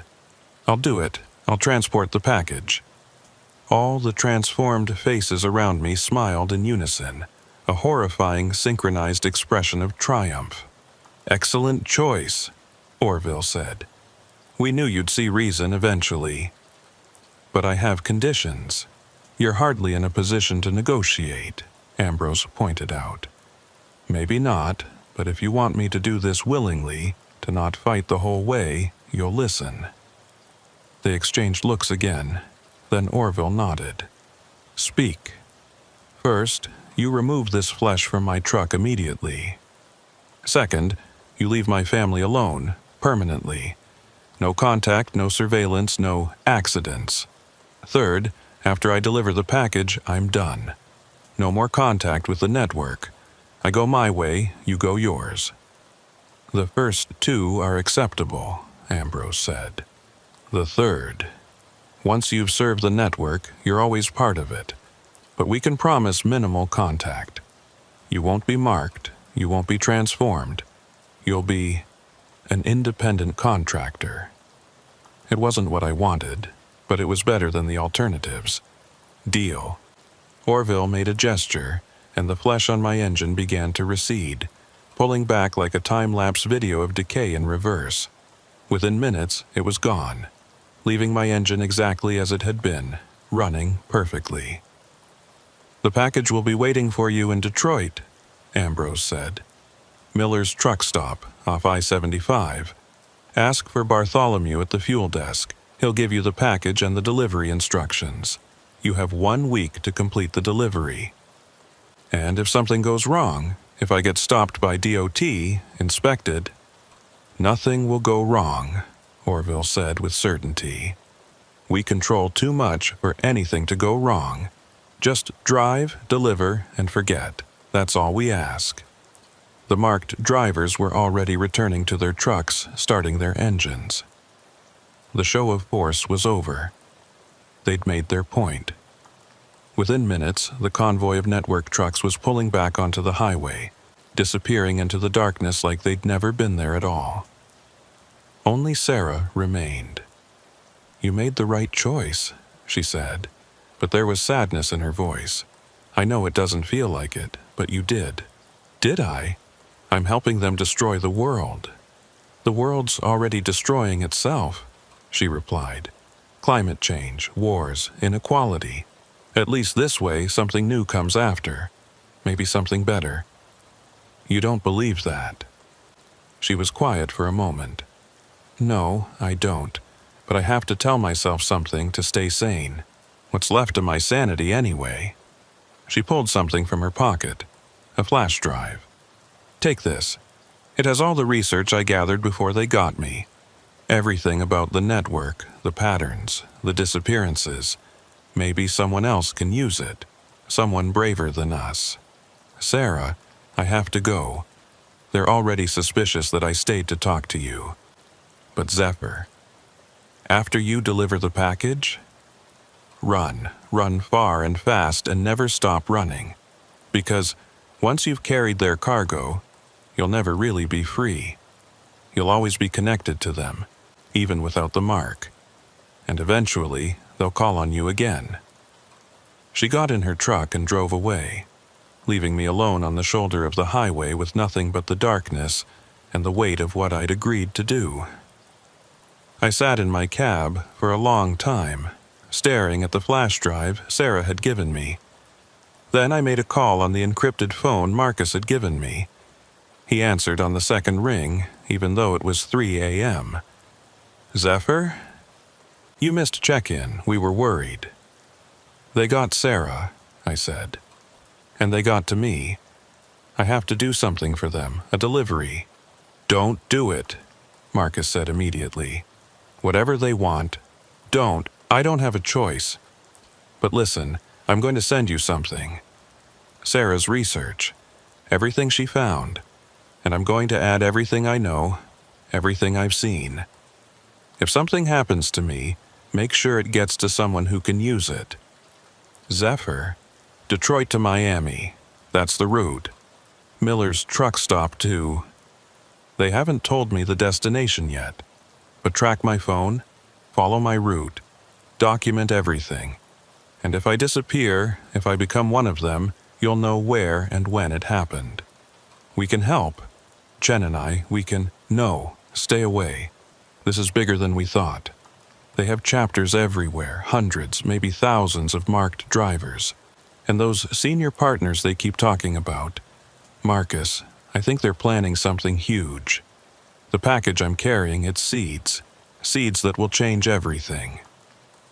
I told him everything Ambrose and Orville had told me. About the terraforming, about the plan to transform Earth into something suitable for the senior partners. Marcus was quiet for a long moment after I finished. Seeds, he finally said. Seeds need specific conditions to grow. Temperature, moisture, pH levels. If we can figure out what conditions these seeds need, we might be able to stop them from growing, or at least slow them down, buy us time to figure out a real solution.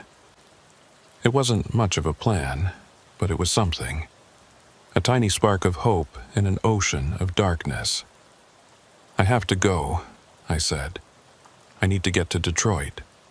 But Marcus, if I don't make it out of this myself, if I become one of them, promise me something. What? Find a way to stop them. The network, the senior partners, all of it. Don't let them win. I promise, Marcus said. But Zephyr, try to make it out yourself. We need you. I hung up and started my engine. Detroit was 18 hours away. Miami was another 24 hours after that.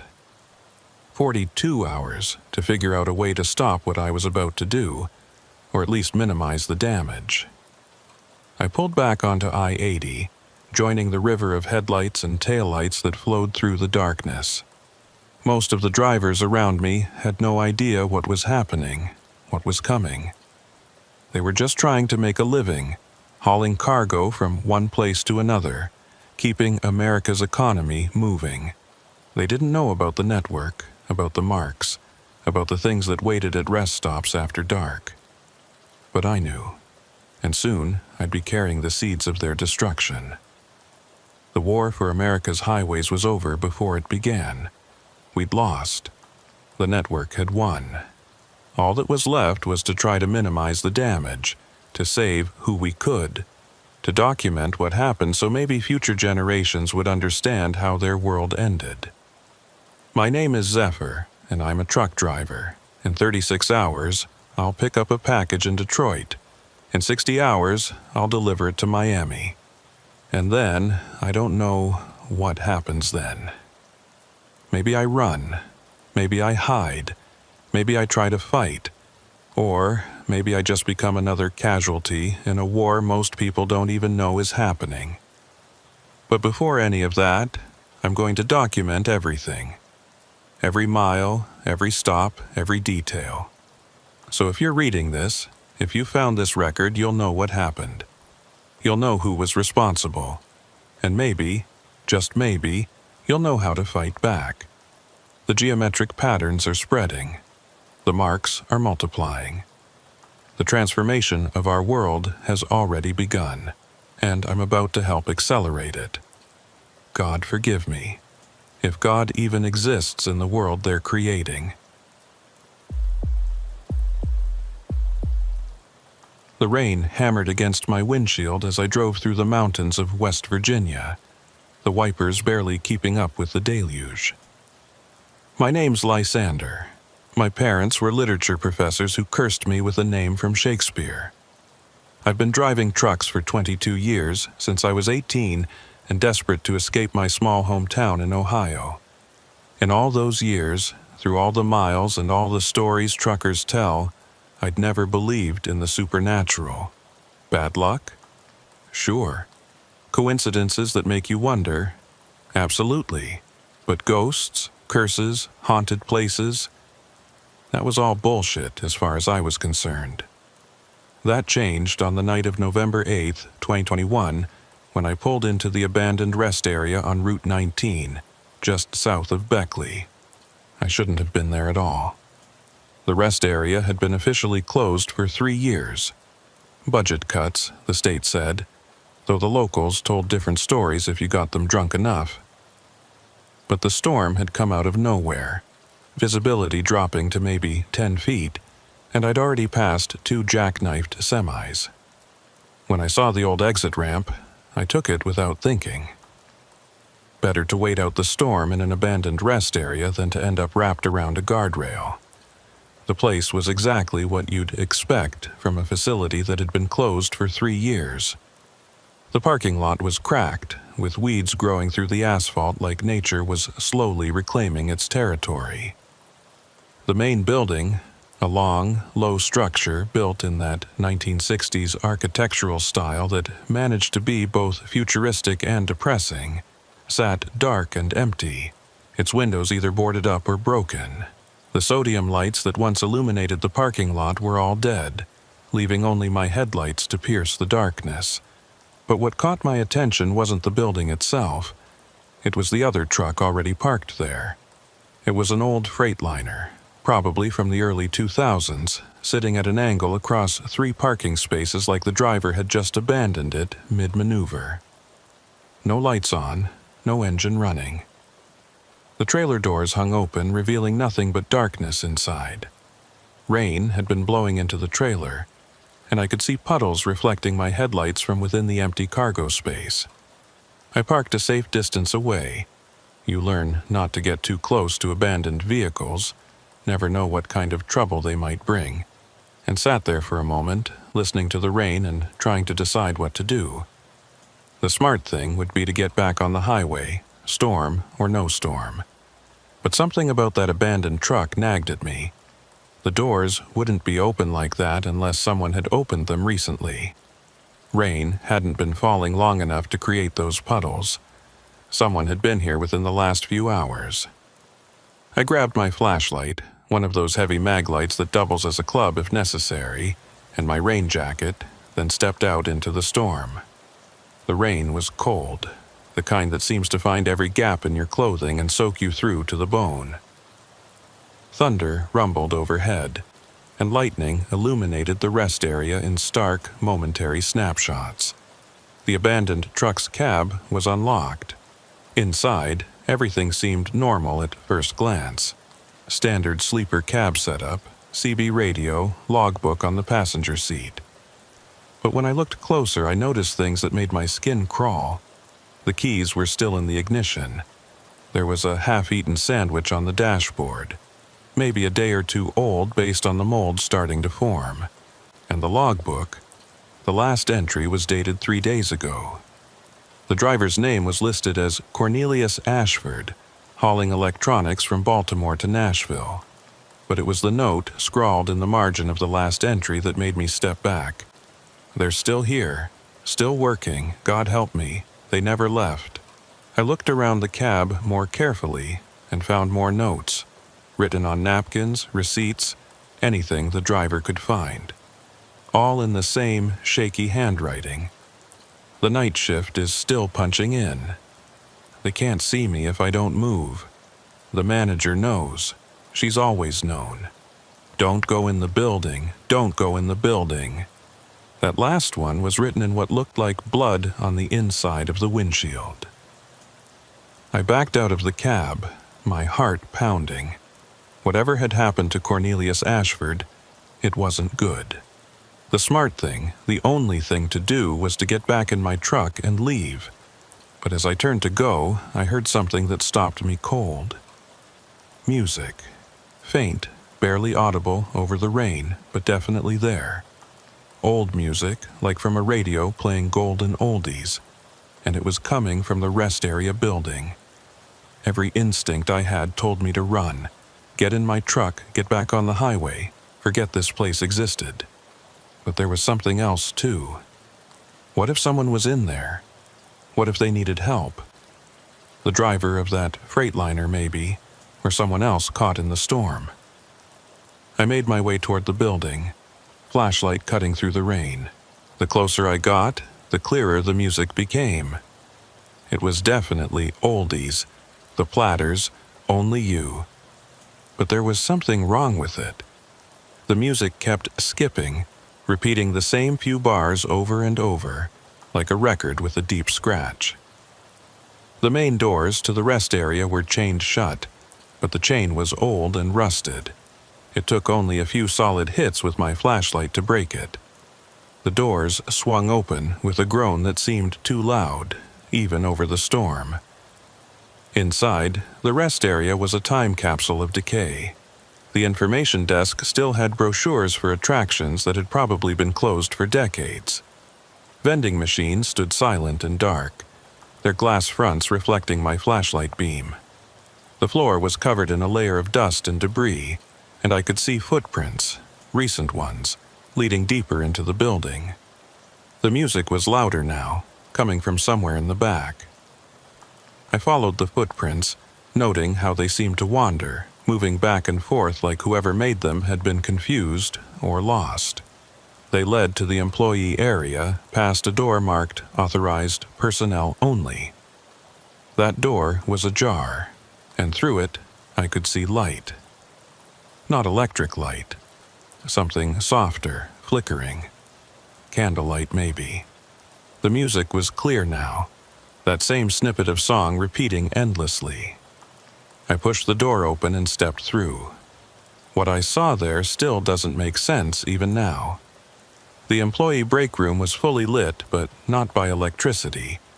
Dozens of candles were placed around the room, their flames casting dancing shadows on the walls. The room itself was clean, not abandoned clean, but actually clean, like someone had been maintaining it. There was fresh coffee in the pot, still steaming. Newspapers were stacked on the table, but when I looked closer, they were all from November 8th, 2018, exactly 3 years ago. And sitting at the table, her back to me, was a woman in a rest area employee uniform. "Finally," she said without turning around. I was wondering when the new night shift would arrive. "I'm not," I started, but she turned then, and the words died in my throat. She was maybe 50 years old, African-American with graying hair pulled back in a neat bun. Her uniform was clean and pressed, with a name tag that read, Cordelia, Manager. But her eyes were wrong. They were looking at me, but also through me, like she was seeing something else entirely, and her skin had a strange translucent quality, like I was looking at her through frosted glass. "You're late," Cordelia said, standing up. 3 years late, to be exact, but I suppose that's better than never showing up at all. "I don't work here," I managed to say. "I'm just a trucker. I pulled in because of the storm." She tilted her head. confusion crossing her features. "The storm? What storm? It's a clear night, perfect for the late shift." She moved to the coffee pot, poured 2 cups. "Come, sit. I'll explain your duties." I should have run then, but there was something so sad about her, so lost, that I found myself sitting down at the table. The coffee cup she placed in front of me was hot, steam rising from it. Real coffee, fresh coffee, in a rest area that had been abandoned for 3 years. "How long have you been here?" I asked. "My whole life," she said, then frowned. "No, that's not right, since the night it happened. But that was just yesterday, wasn't it? Or was it longer?" She rubbed her temples, looking confused. "Time is strange here. It moves in circles. Always the same night, always November 8th. November 8th, 2018? Her eyes focused on me sharply. "Yes, the night they came to close us down, the night we refused to leave." "We?" "The night shift," she said. "All 7 of us. We'd worked here for years, decades in some cases. This place was our life. When they said they were closing it, that we were all being laid off with no severance, no pension, nothing, we decided to make a stand. We locked ourselves in, said we wouldn't leave until they negotiated." She stood up, walked to the window that looked out into the main rest area. Through it, I could see shadows moving, vague shapes that might have been people. "Management sent security," she continued. "Then the police. We still wouldn't leave. We barricaded the doors, turned off our phones. We said we'd stay here forever if we had to." She laughed, but there was no humor in it. "Be careful what you wish for." "What happened?" "I don't know," she admitted. "One moment we were all here, unified in our protest. The next, something changed. The lights went out. When they came back on, everything was different. The police were gone, our cars were gone, the highway outside was empty, and we couldn't leave. Couldn't. Try to walk out the door, and you end up walking back in through another one. Drive away, and the road just curves back to the parking lot. We're stuck here, all of us, repeating the same shift over and over. November 8th, 2018, 11 p.m. to 7 a.m., every night. Forever." Thunder crashed outside, making the candles flicker. In that moment of shifting light, I saw them, the others. They stood in the doorway, 6 figures in rest area uniforms, all with that same translucent quality, all with those same wrong eyes. They stared at me with expressions of desperate hope. "But you're here now?" Cordelia said, gripping my arm. Her touch was cold, so cold it burned. "From outside, from after. That means the loop is breaking, doesn't it? That means we can finally leave?" "I don't know," I said, trying to pull away, but her grip was impossibly strong. "You have to help us," she said, and the others echoed her, their voices overlapping in a horrible chorus. "You have to tell someone. You have to let them know we're still here." "But you're—" I stopped myself before saying, "dead," but she knew. "Are we?" she asked. "We still think. We still feel. We still work our shifts, clean the restrooms, stock the vending machines that no one will ever use. If we're dead, why are we still here? Why are we still working?" The music skipped again, the same bars repeating. One of the other workers, a young man whose name tag read Jerome, stepped forward. "The trucker who was here before you, Cornelius. He saw us too, but he couldn't help. He tried to leave, to get help, but every time he drove away, he ended up back here. For 3 days he tried. Finally, he just gave up, walked into the woods. We haven't seen him since." I thought about the abandoned freightliner, the desperate notes, the blood on the windshield. "How many others have there been?" "A few," Cordelia said. Every year, on this night, someone finds their way here. Some see us, some don't. The ones who see us, they either run and never come back, or they get stuck like Cornelius. You're the first one who's actually listened. What do you want me to do? Find out what happened to us, she said. Our bodies must be somewhere. We can feel them, cold and forgotten. Find them. Give them proper burial. Maybe then we can rest. How am I supposed to? The lights suddenly blazed to life. Real electric lights, not candles. The break room transformed in an instant from lived-in to abandoned. The coffee pot was empty and rusted. The newspapers crumbled to dust. And the 7 workers, they were still there but faded now, barely visible, like after images on a TV screen. "Dawn," Cordelia whispered, her voice barely audible. "The shift is ending. We'll be back tonight. We're always back for the night shift. Please, help us." They faded completely, leaving me alone in an abandoned, ruined break room that smelled of mold and decay. The coffee cup in my hand was cracked and empty, covered in 3 years of dust. Outside, the storm had passed, and weak sunlight was filtering through the clouds. I ran back to my truck, started the engine, and peeled out of that parking lot like the devil himself was chasing me. But as I reached the on-ramp to the highway, I looked back one last time. The rest area sat silent and dead in the morning light. But in the window of the break room, I could swear I saw a figure watching me go. Waiting. Always waiting for the night shift to begin again. I made it about 50 miles before I had to pull over. My hands were shaking so badly I could barely keep the wheel straight.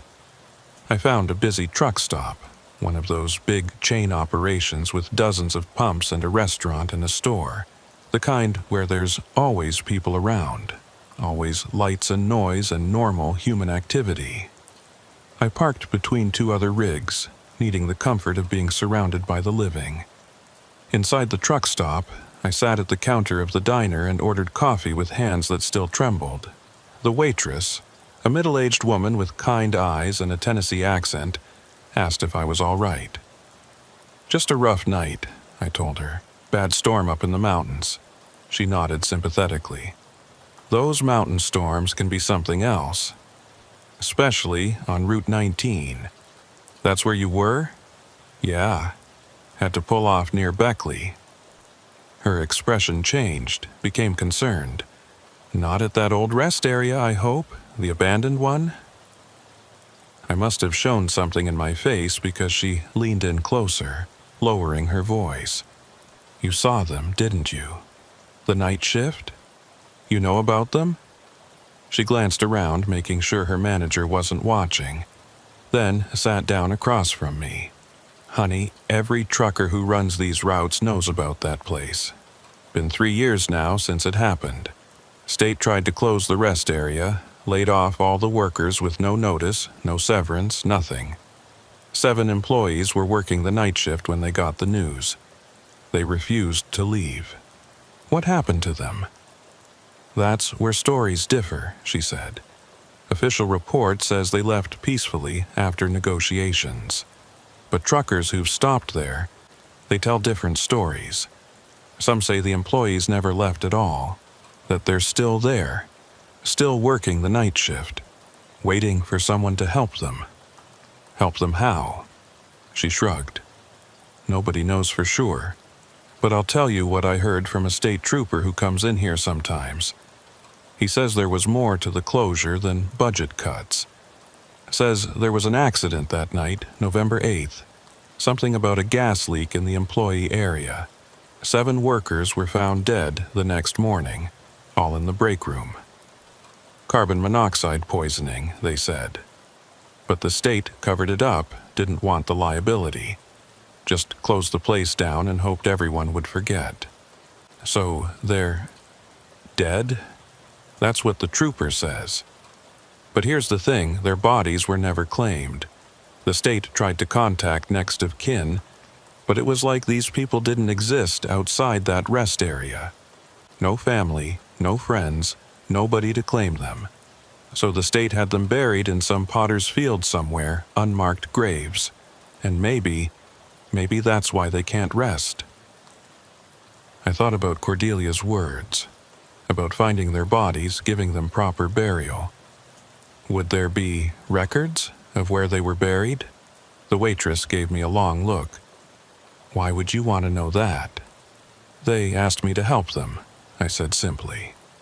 She was quiet for a moment, then pulled out her order pad and wrote something down. County Records Office in Beckley. Ask for Gladys Morrison. Tell her Patty sent you. She might be able to help. But honey? She put her hand over mine. Be careful. Sometimes the dead ask for things the living can't give. I left the truck stop with a destination and a purpose, though I wasn't sure why I was doing this. Maybe because Cordelia's desperation had seemed so real, so human.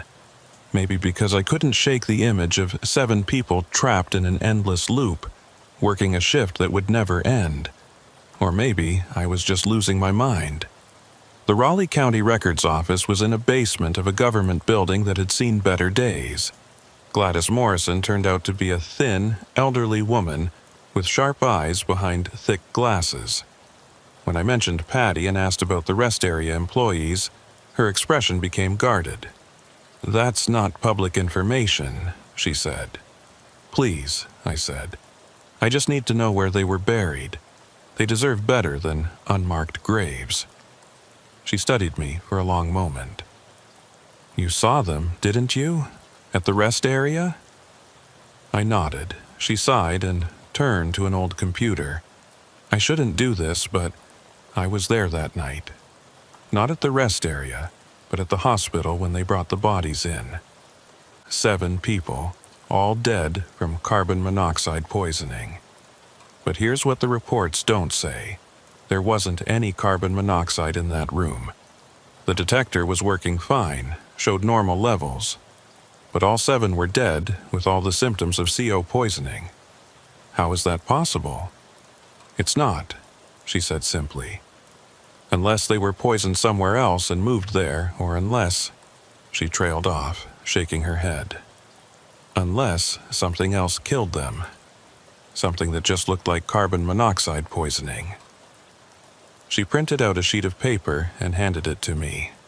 Mountain View Cemetery on the outskirts of Beckley. Plot 47B through 47H. 7 unmarked graves. The state paid for basic burial, nothing more. No headstones, no markers, just numbers on a map. I thanked her and turned to leave, but she called me back. Young man, whatever they asked you to do, be careful. The dead don't always know what's best for them. And sometimes helping them means refusing their requests. It was mid-afternoon by the time I reached Mountain View Cemetery. It was an old place, probably dating back to the 1800s, with elaborate Victorian headstones near the entrance, giving way to simpler, more modern markers as you moved toward the back. Plot 47 was in the far corner, where the cemetery bordered on woods, the area reserved for indigents and unknowns. 7 graves, just as Gladys had said. No headstones, just small metal markers with numbers. No names, no dates, no indication that actual people lay beneath the earth. It seemed wrong, deeply wrong, that 7 people who had worked and lived and hoped could be reduced to just numbers in the ground. I stood there for a while, not sure what I was supposed to do. I'd found them, but now what? I didn't have the money or authority to have them exhumed and properly buried. I couldn't even afford headstones. You came. I turned around. A young man stood there wearing a gas station attendant's uniform. His name tag read Phineas, Night Manager. He had the same translucent quality as Cordelia, the same wrong eyes, but he was clearer somehow, more solid, even though it was still daylight. You can manifest during the day? Only here, Phineas said, looking down at the graves. This is where we really are. That rest area, that's just where we work, where we're trapped working. He knelt down by one of the graves, placed a translucent hand on the earth.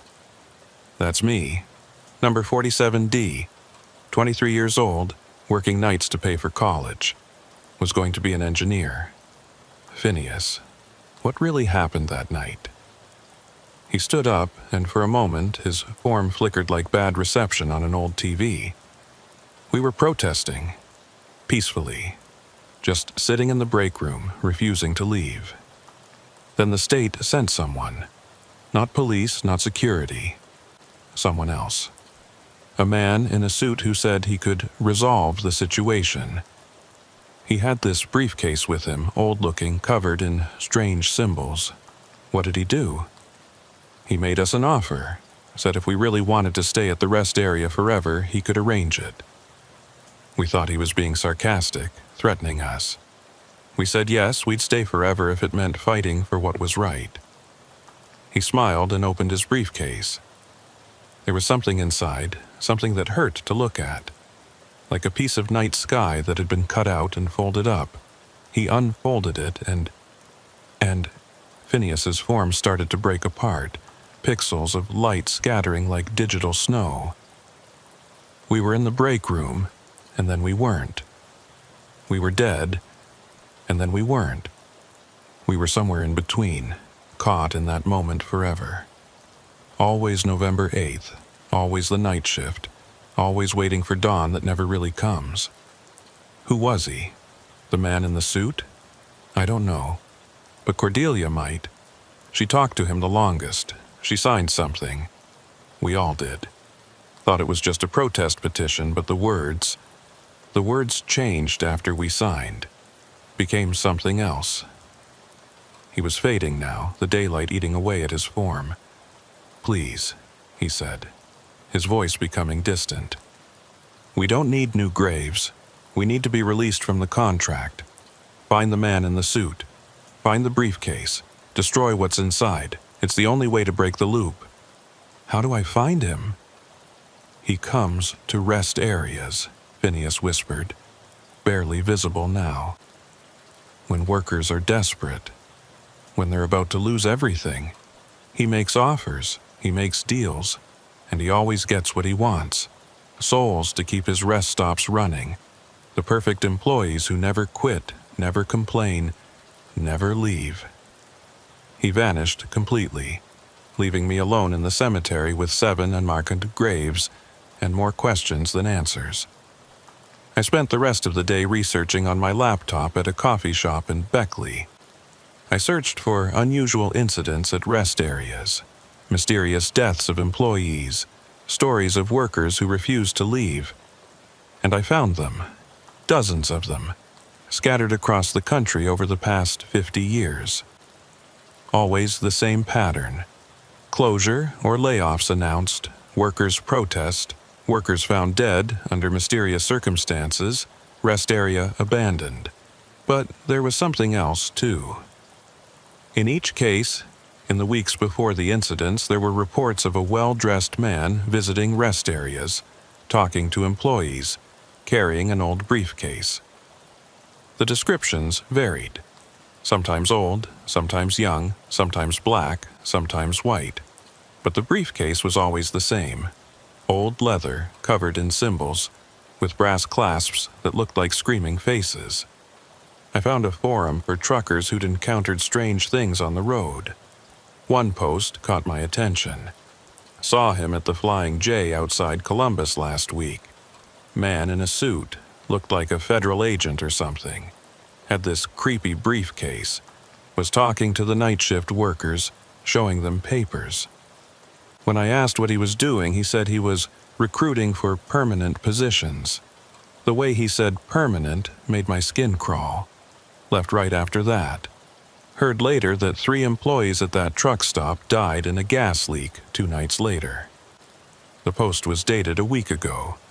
I called the truck stop. After being transferred several times, I finally got someone who would talk to me. A day shift manager named Carl. Yeah, we had an incident, he said, sounding tired. 3 employees died, Carbon monoxide leak in the break room. Except the investigators can't find where the leak came from. And now the night shift workers are saying they've seen them, the dead employees, still working, still doing their jobs. Management wants to close the place down, but we can't. We're locked into some contract that nobody remembers signing. Is the man in the suit still around? There was a long pause. How do you know about him? He's been to other places, done the same thing. He left a card, Carl said, his voice dropping to a whisper. Said if we ever wanted to renegotiate the terms, we could reach him at this number.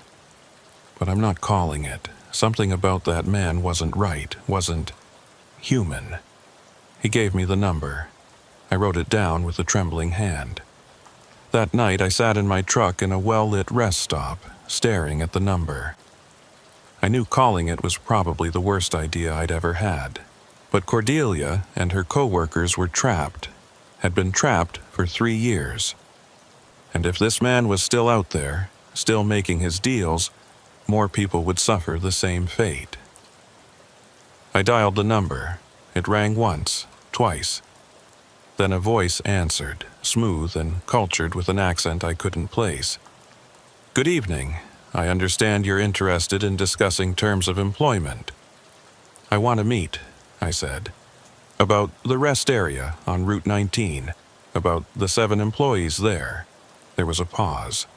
Ah, the Beckley location.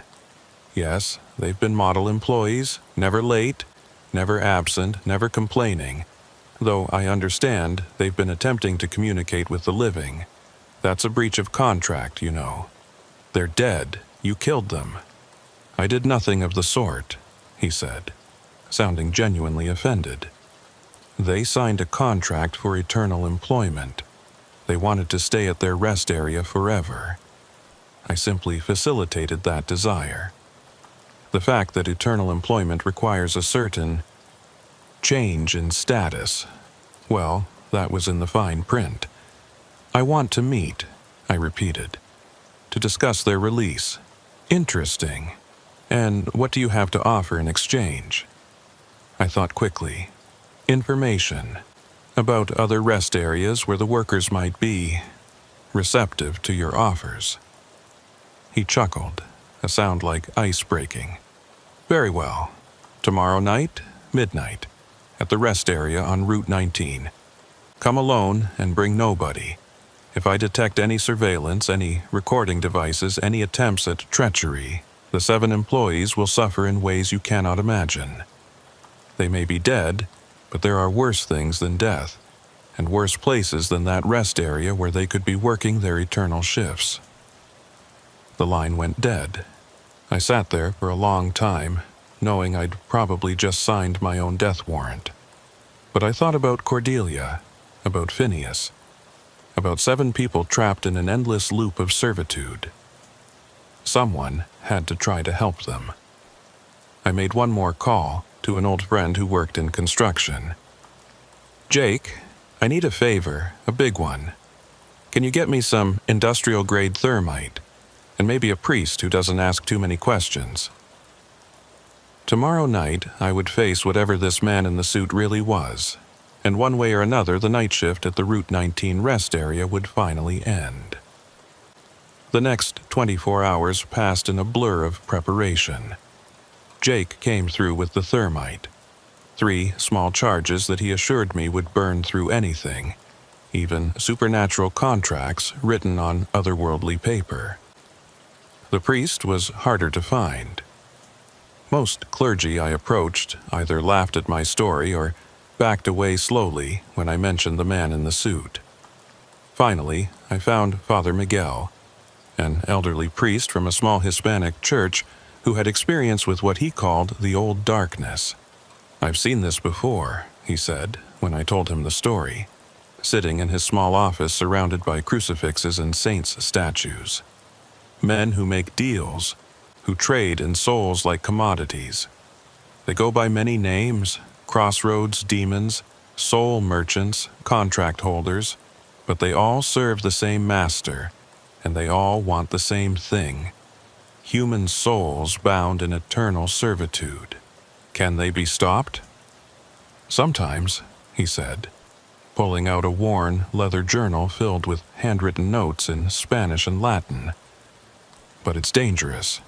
These beings operate on rules older than Christianity, older than any religion we know. They can be bound by their own contracts, forced to honor the exact wording of their deals. But they're clever, and they've been doing this for millennia. They know every loophole, every trick.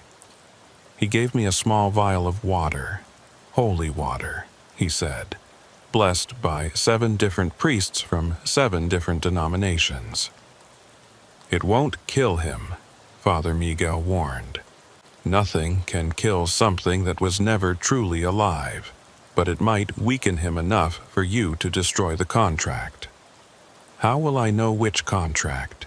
He probably has hundreds. The original is always kept close, Father Miguel said. It will be in his briefcase, and it will call to those who signed it. The dead employees, if they manifest, will be drawn to it. Use that.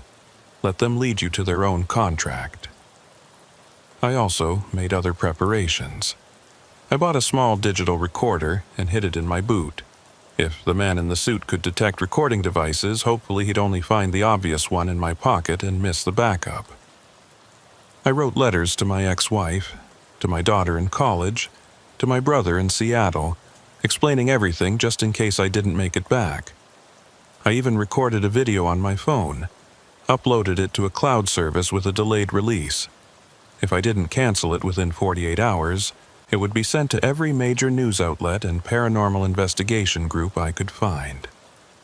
As darkness fell on November 9th, I drove back toward the abandoned rest area on Route 19. The weather was clear this time, stars visible through the windshield, but somehow that made it worse. At least the storm had given me an excuse to be there. Now I was walking into this with eyes wide open. The rest area looked different as I approached. Lights were on. Not just a few emergency lights, but the full array of sodium lamps that would have illuminated the place in its operational days.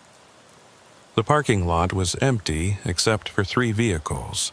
The abandoned Freightliner that still sat at its odd angle, my truck, and a black Lincoln Town Car that looked like it had rolled off the assembly line in 1950, but somehow appeared brand new.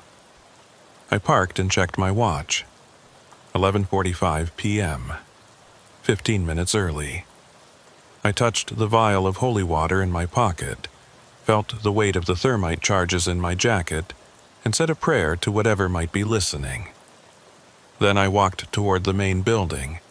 The doors were wide open this time, no chains, no obstacles. Inside, the rest area was fully operational, or at least appeared to be. The lights were all on, the vending machines hummed with electricity, and music played softly from hidden speakers. But it was wrong, like a movie set or a recreation. Everything was too clean, too perfect, like someone's idea of what a rest area should look like rather than what they actually look like. You're early. I appreciate punctuality. The man stood behind the information counter, and my first thought was that he looked utterly ordinary.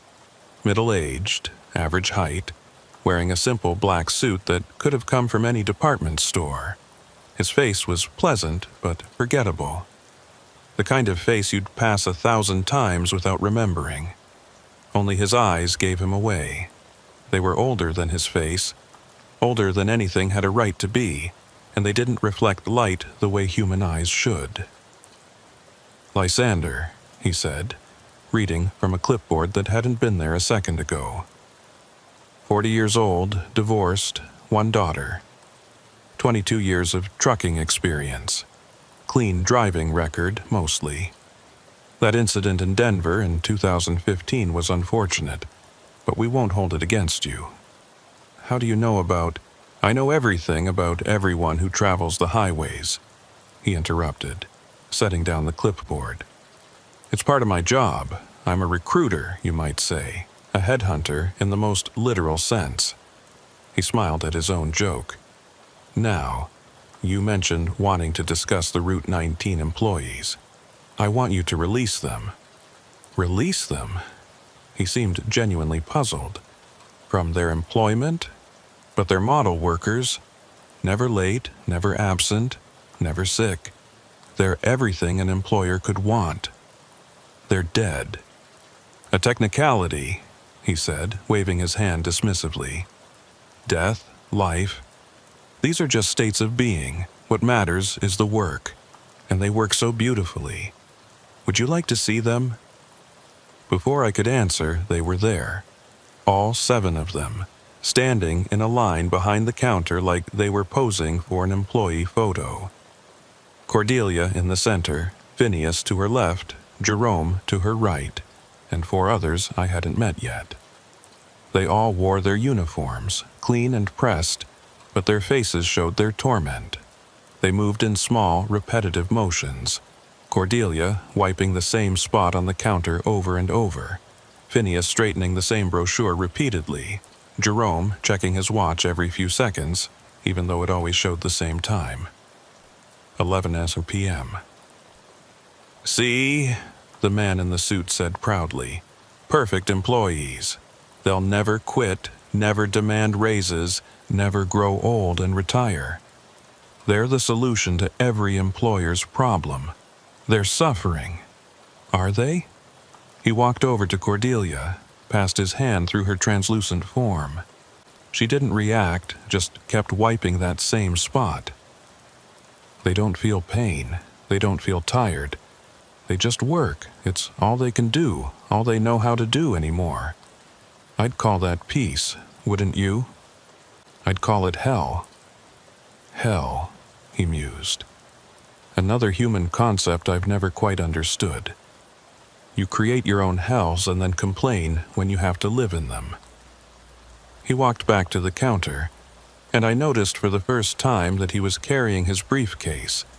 Old leather, covered in symbols that seemed to shift and change when I wasn't looking directly at them, with brass clasps that did indeed look like tiny screaming faces. "Let me show you something," he said, setting the briefcase on the counter. "This is my collection. Contracts dating back centuries. Thousands of souls, all gainfully employed, all serving their purpose." He opened the briefcase, and I had to look away. It wasn't that what was inside was horrible. It was that my human eyes couldn't properly process what I was seeing. It was like looking at a space that had too many dimensions, a depth that went down forever. I caught glimpses of papers, millions of them, floating in that impossible space like leaves in a cosmic wind. And each paper glowed with a different color, pulsed with a different rhythm. "The Route 19 contract is one of my favorites," he said, reaching into that impossible space and pulling out a document that glowed with a sickly green light. 7 souls, all bound together. They wanted to stay together, you see. Wanted to remain a team. So touching, really. The moment he pulled out the contract, all 7 employees turned toward it in perfect unison, their eyes fixed on the glowing paper with desperate longing. They began moving toward it, but they couldn't get close. Some invisible barrier held them back. "This is what binds them," the man said, holding up the contract. "Standard eternal employment agreement. They work the night shift from 11 p.m. to 7 a.m. every night, forever. In exchange, they get to stay at their beloved rest area, never have to worry about being separated, never have to face the uncertainty of unemployment. It's really quite generous. They didn't know they'd be dead, didn't they?" He unfolded the contract and I could see the signatures at the bottom.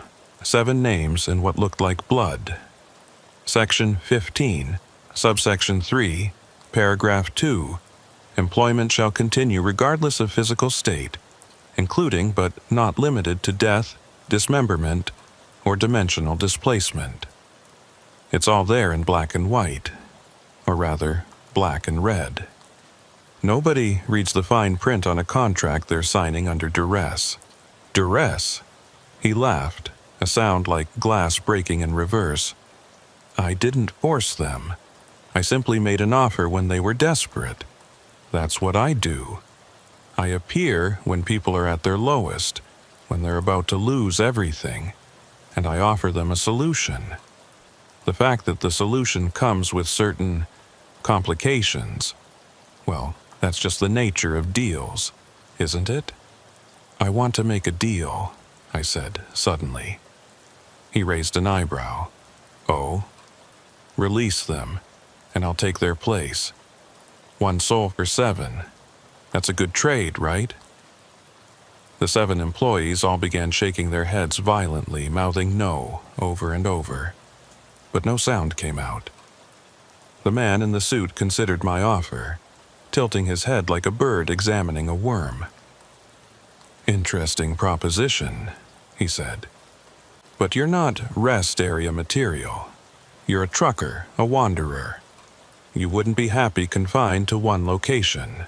Then what do you want? I asked. There has to be something.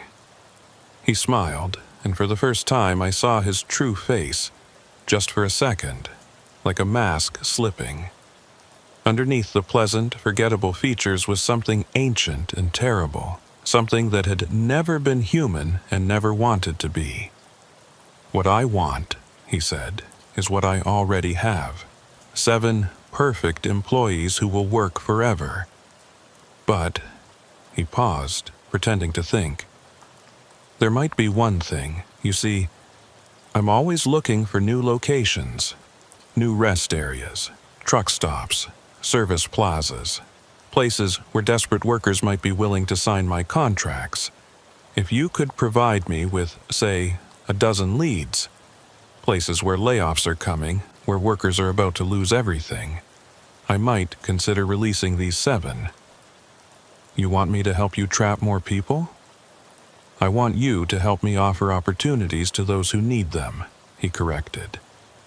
Think of it as recruitment. You'd be doing them a favor, really. Instead of facing unemployment, homelessness, despair, they'd have eternal job security. As slaves. As employees, he insisted. There's a difference.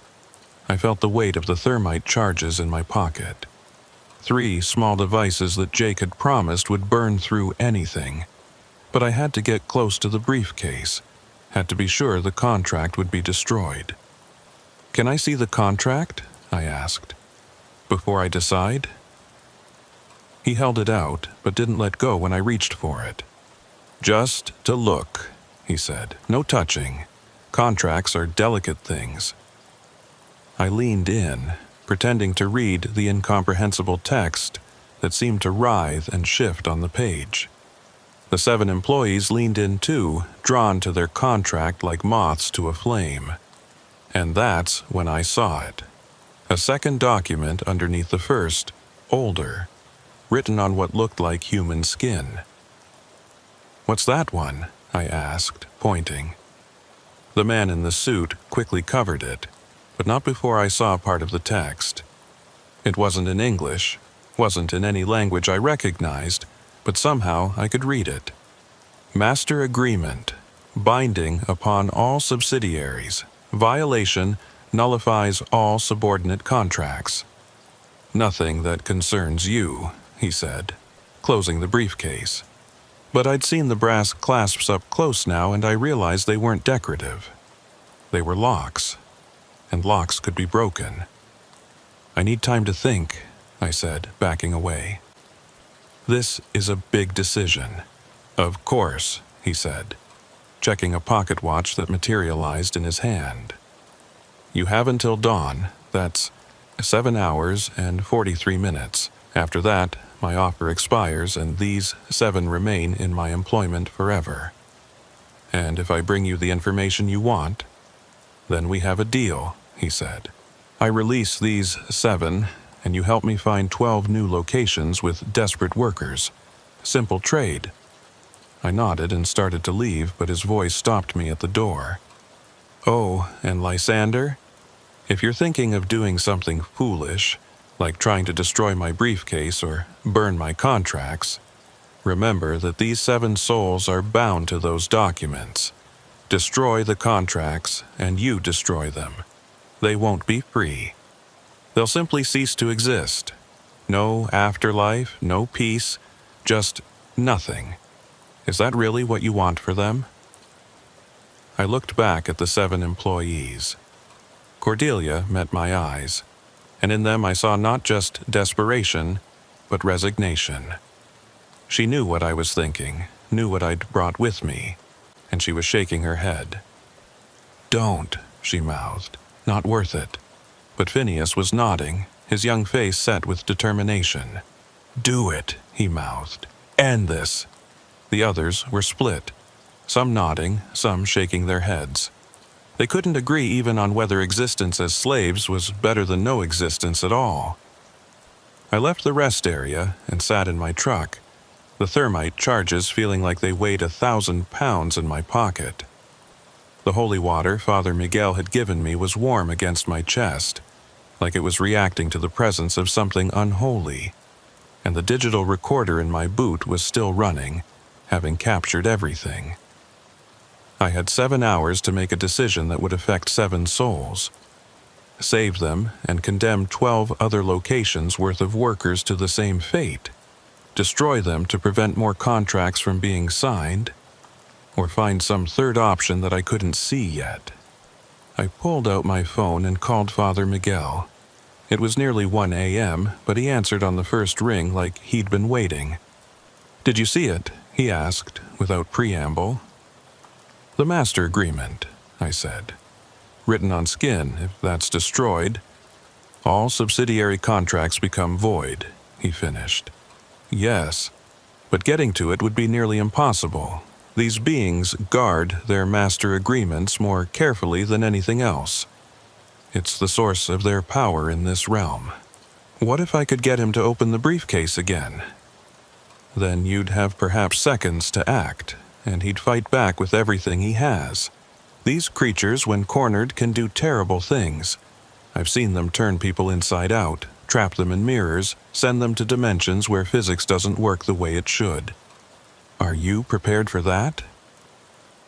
I thought about the 7 employees, trapped in their eternal shift. Thought about the 12 locations the man in the suit wanted me to identify. The dozens or hundreds of workers who might sign contracts out of desperation. "I have to try," I said. "Then, God be with you," Father Miguel said. "And remember, the master agreement will be deeper in the briefcase than the others.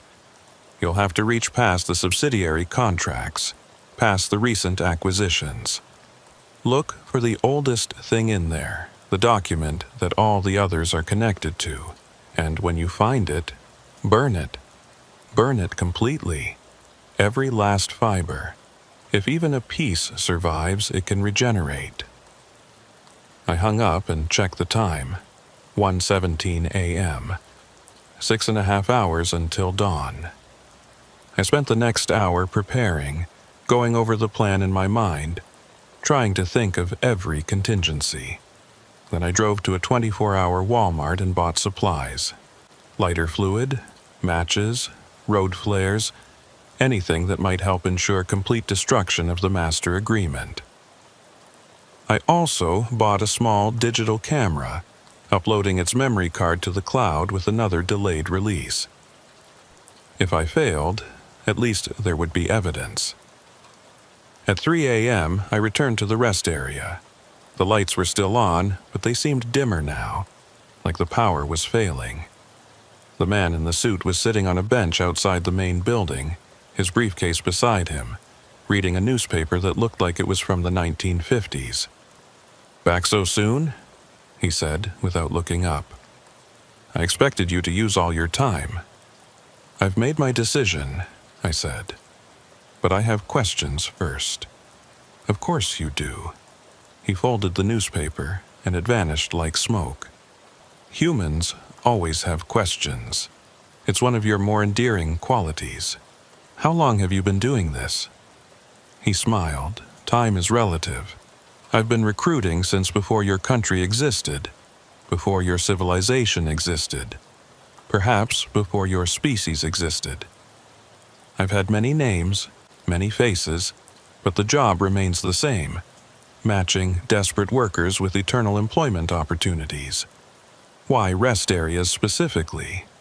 They're liminal spaces, he explained, seeming to enjoy the chance to lecture. Places between places, where people are neither here nor there. The barriers are thinner in such locations. It's easier to make contracts stick when reality itself is uncertain. And the master agreement? How many souls are bound by it? His eyes narrowed slightly. Curious question. Why do you ask? I want to understand the scope of what I'm getting into, I said. If I help you find 12 new locations, how many contracts might that generate? He relaxed. Doing the math. I appreciate that. The master agreement governs all my contracts in this region, approximately 3,000 souls currently. Each new location typically yields between 5 and 20 contracts, depending on the size of the workforce and the desperation level. 3,000, I repeated. All trapped like the 7 here. All gainfully employed, he corrected. Now, have you made your decision? I took a deep breath. Show me the contract again. I want to see exactly what I'm agreeing to. He smiled and opened the briefcase. Once again, I had to fight not to look away from that impossible space inside. The contracts floated in their dimensional pocket. Thousands of them, each glowing with the light of a trapped soul. He reached for the Route 19 contract, but I stopped him. No, I said. I want to see the terms of our deal. The new contract. You must have already drawn it up. His smile widened. Clever. Yes, I have. He reached deeper into the briefcase, past the floating contracts, and pulled out a fresh document that glowed with the silver light. Your agreement to provide 12 locations in exchange for the release of 7 souls. As he pulled it out, I saw my chance. The master agreement was visible, deeper in the briefcase, that ancient document written on human skin. It was connected to all the others by threads of light, like a spider web with it at the center. Can I hold it? I asked, reaching for the new contract. Of course, he said, handing it to me. You'll need to sign it, after all. The moment the contract touched my hands, I felt its power, cold and ancient, trying to worm its way into my mind. The text was clear now, written in English, spelling out exactly what I'd be agreeing to. But I wasn't reading it. I was watching the man in the suit, waiting for him to relax, to look away for just a second. It seems straightforward enough, I said, pretending to read. But this clause here about additional considerations.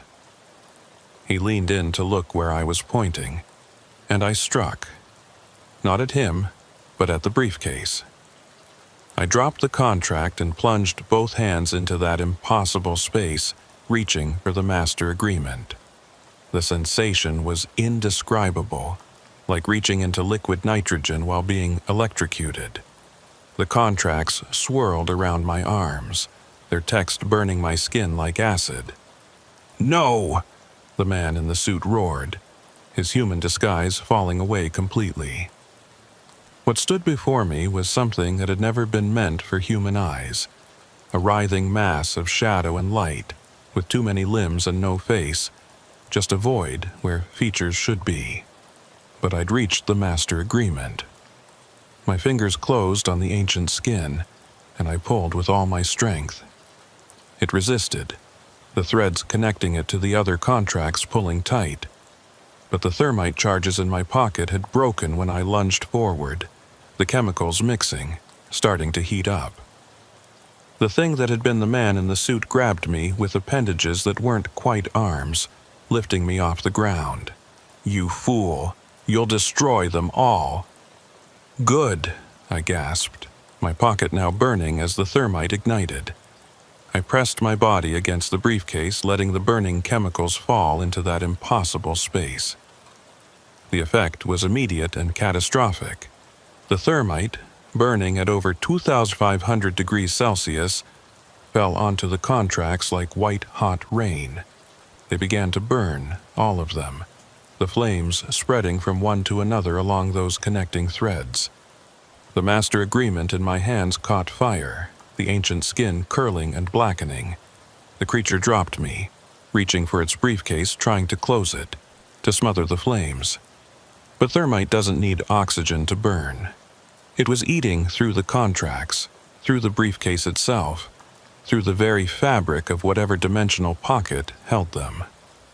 The 7 employees appeared, no longer translucent but solid, real. They were free of their positions behind the counter, free of their repetitive movements. But they were also fading. "Thank you," Cordelia said. And for the first time since I'd met her, she smiled. "We're free."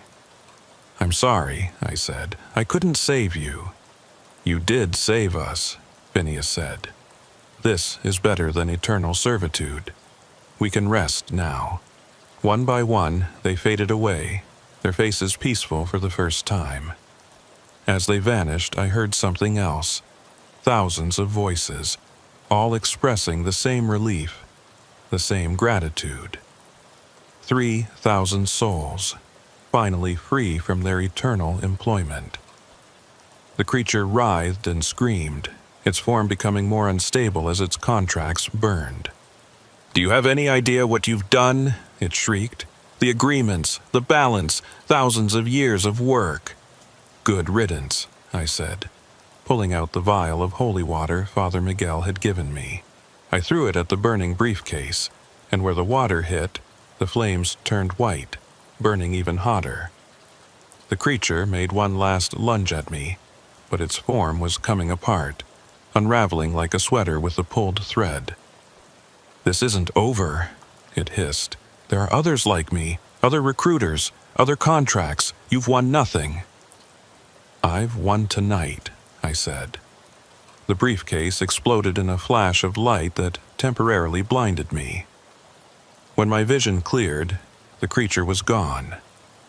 Where the briefcase had been, there was only a pile of ash and the lingering smell of burned leather and something else. Sulfur, maybe, or ozone. The rest area began to change. The lights flickered and went out. The perfect, too clean surfaces began to show their true age, dust and grime appearing like time was catching up all at once. The building groaned and settled, 3 years of deferred decay hitting it all at once. I ran for my truck as the building began to collapse behind me. Windows shattered, walls cracked, and the roof caved in with a sound like thunder. By the time I reached the highway, the entire rest area was collapsing in on itself, like it had only been held together by the creature's will. I drove for miles before pulling over, my hands shaking too badly to continue. I called Father Miguel. "It's done," I said. "The master agreement is destroyed. 3,000 souls are free. And the recruiter, gone, but he said there were others." "There always are," Father Miguel said sadly. "But you've struck a major blow against them. 3,000 souls is no small number. You should be proud." Proud. I didn't feel proud. I felt exhausted, drained, like I'd aged 10 years in one night. But I also felt something else. Purpose. The creature had been right about one thing. There were others out there. Other recruiters making their deals at rest stops and truck stops across the country. Other desperate workers signing contracts they didn't fully understand. I couldn't stop them all, but maybe I could stop some of them. The weeks that followed the destruction of the rest area were strange ones. I tried to return to my normal life, hauling loads across the country, sleeping in my cab at truck stops, eating bad diner food, and pretending that everything was normal. But nothing was normal anymore. I could feel them, the other recruiters the creature had mentioned. They were out there, at rest stops and truck stops across the country, making their deals, trapping souls in eternal servitude. I started keeping a journal, documenting every strange occurrence I encountered or heard about. Truckers talk, especially late at night when the coffee's strong and the roads are empty. Stories that used to seem like urban legends or tall tales now took on new meaning. The driver who swore he saw his dead partner still working at a way station in Montana. The cleaning crew at a rest stop in Arizona who only appeared at 3 a.m. and never spoke to anyone. The gas station in Nebraska where the night shift employees never changed, never aged, had been the same people for 20 years according to locals. It was 3 weeks after the Route 19 incident when I got the call that changed everything. I was hauling agricultural equipment from Iowa to California, stopped for the night at a truck stop in Nevada when my phone rang. Unknown number, but something made me answer it. Lysander? The voice was familiar but weak, like someone calling from very far away. Who is this? Phineas, from the rest area. I know you thought we were gone, but we're not exactly. I sat up in my bunk, suddenly wide awake. That's impossible. You faded away. You were freed. We were freed from our contracts, Phineas said. But we're still dead. And the dead, we don't just disappear. We go somewhere else. And Lysander, this place where we are now, it's full of others like us. Thousands of them. All trapped by similar contracts, all waiting for someone to free them. Where are you? I don't know how to explain it. It's like a waiting room between life and whatever comes next. We're stuck here because our deaths weren't natural. We can't move on until all the recruiters are stopped, until all the contracts are destroyed. All of them. That's impossible. The creature said there were others, probably dozens, maybe hundreds. 43, Phineas said. There are 43 recruiters operating in North America. Each one has a master agreement. Destroy all 43 and every soul they've trapped will be freed. How do you know this? Because we can see them from here. See their connections, their networks. Cordelia's been mapping them. She says to tell you she's sorry for what's about to happen. What's about to... The line went dead. I tried calling back, but the number was dead. I was about to dismiss it as a hallucination brought on by too much coffee and too little sleep when there was a knock on my cab door. I looked out and saw a woman standing there. She was young, maybe mid-20s, wearing jeans and a trucker's jacket. Pretty in a girl next door way with dark hair pulled back in a ponytail. She looked lost, maybe scared. "I'm sorry to bother you," she said when I rolled down the window. "My truck broke down about a mile back. My phone's dead, and I was wondering if I could use yours to call for help." Every instinct I'd developed over the past week screamed danger. It was too convenient, too perfect. A young woman alone at night, approaching a solo trucker for help. It was either a setup for a robbery or something worse. "There's a phone inside the truck stop," I said, pointing to the building. "They'll let you use it." "They're closed," she said. "Some kind of electrical problem. Please, I just need to make one call." I looked closer at her. There was something off about her appearance. Her clothes were too clean for someone who'd walked a mile along a dusty highway. Her boots didn't have a speck of dirt on them. And her eyes were older than her face, just like the recruiters had been. "You're one of them," I said. "A recruiter." Her pleasant expression didn't change, but something shifted in the air around her. The temperature dropped 10 degrees in seconds.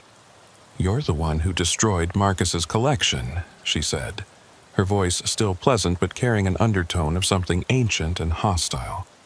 3,000 contracts, centuries of work, gone in an instant. "Do you have any idea what you've cost us?" "Those were people, souls, not collectibles. They were agreements," she corrected.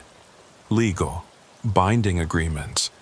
and you destroyed them. That makes you a criminal in our eyes. Your laws don't apply to me, don't they?" She pulled out a document from her jacket. It looked new but felt old, the paper, or whatever it was, seeming to bend light around it.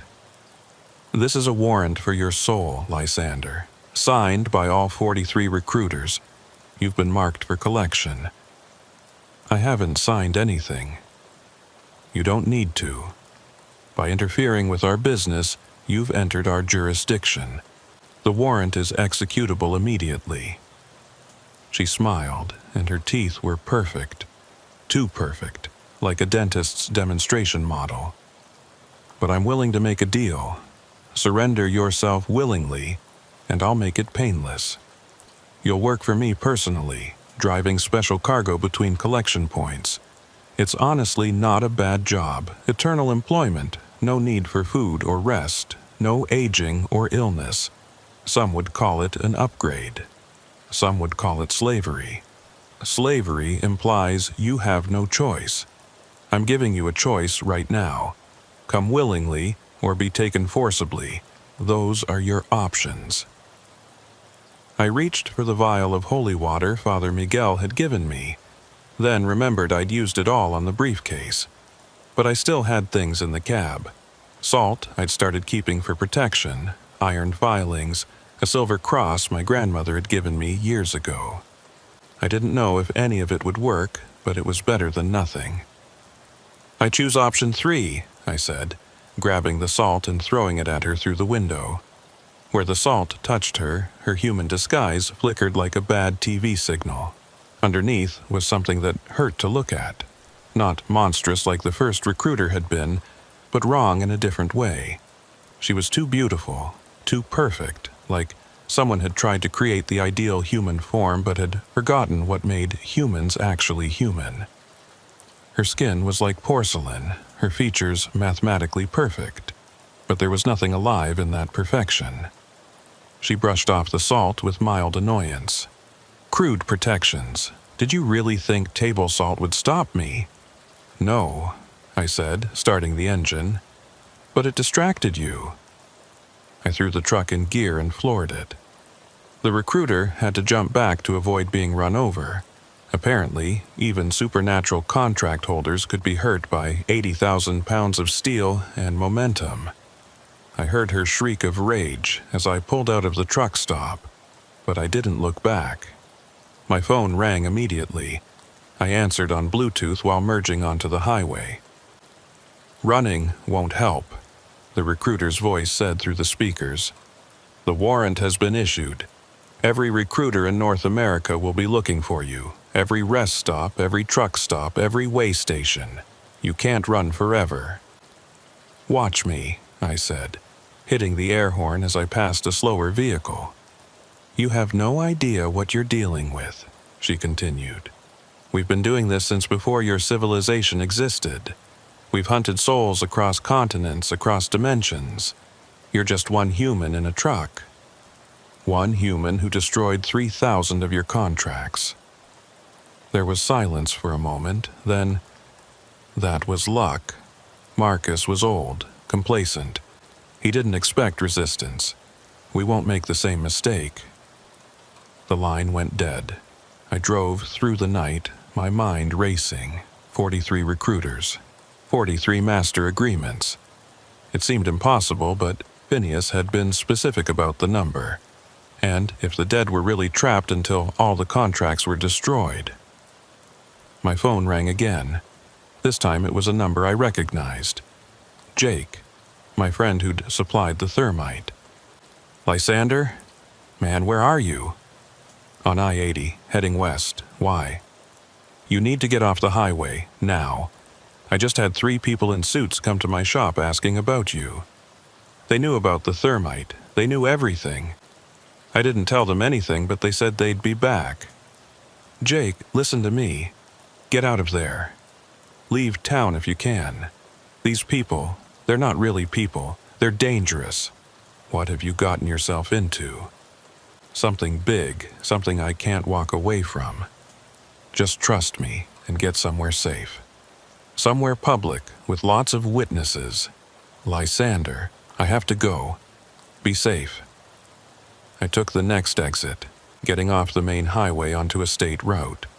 If they were watching the major highways, maybe I could avoid them on back roads. But even as I thought it, I knew it was futile. They'd find me eventually. The warrant, whatever that meant in their world, had been issued. I drove for another hour before I had to stop for fuel. I chose a small, independent station in a tiny town, the kind of place that might not be on their radar. The attendant was an old man who looked like he'd been working there since the station opened. "Evening," he said, as I paid for the diesel. "Long haul?" "You could say that." He studied me for a moment. "You look like you're running from something." "What makes you say that?" "Been working this station for 40 years. I've seen all kinds come through. The ones running from something, they have a look, checking their mirrors, jumping at shadows. You got that look." "Maybe I am running." He nodded slowly. "Well, if you're looking for a place to lay low, there's an old monastery about 20 miles north of here. Benedictine monks. They don't ask questions, and they have a tradition of offering sanctuary. Might be worth a visit." "Why are you telling me this?" He smiled, and for just a moment his eyes flashed gold. Not the cold, ageless eyes of a recruiter, but something else, something warm and protective. "Let's just say, not all of us non-humans are in the soul-collecting business. Some of us prefer to help." "You're not human?" "Haven't been for about 200 years. But unlike those contract holders you're running from, I chose my path freely. No deals, no contracts, just a choice to stick around and help when I can. The name's Phineas, by the way. Different Phineas than the one you knew, but we share a connection. How did you—" "Word travels fast in certain circles. What you did at Route 19 has a lot of beings talking. Some angry, some impressed, some hopeful. You've started something, Lysander. Something that can't be stopped now. I'm just one man. So was David when he faced Goliath. So was every hero who ever stood against the darkness. One person is all it takes to light a spark, and sparks have a way of becoming fires." He handed me a map with the monastery marked on it. "Go there. Ask for Brother Francis. Tell him Phineas the gatekeeper sent you. He'll understand." "Gatekeeper?" "We all have our roles to play. Mine is to guard certain passages to help travelers find their way. Yours, it seems, is to be a breaker of contracts. Now go. They're about 3 hours behind you, but they're coming fast." I took the map and left, following the winding roads north toward the monastery. The road grew narrower as I climbed into the hills until I was navigating a path barely wide enough for my truck.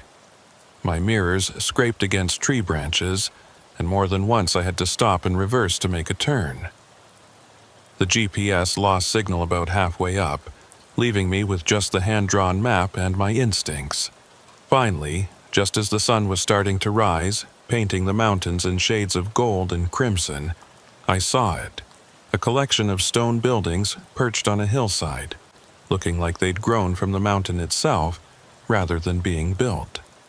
The architecture was ancient, European, completely out of place in the American wilderness.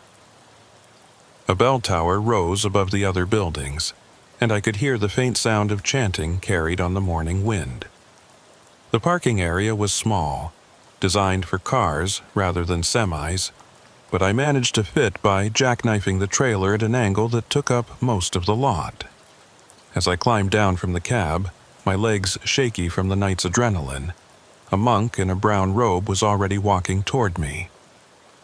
He moved with purpose, but without hurry, like someone who had all the time in the world. He was older, maybe 70, with a face that managed to be both weathered and serene. His eyes were the kind that seemed to see through you, not in a judgmental way, but with understanding. "Brother Francis?" "Yes, my son, and you must be Lysander. Phineas called ahead. He has a phone? Brother Francis smiled. He has his ways. Communication between guardians doesn't always require technology. Come, you look exhausted. We have a room prepared. I can't stay long, they're hunting me. They cannot enter here, Brother Francis said firmly. This is consecrated ground, blessed daily for over 300 years. The recruiters, as you call them, have no power here. You know about them?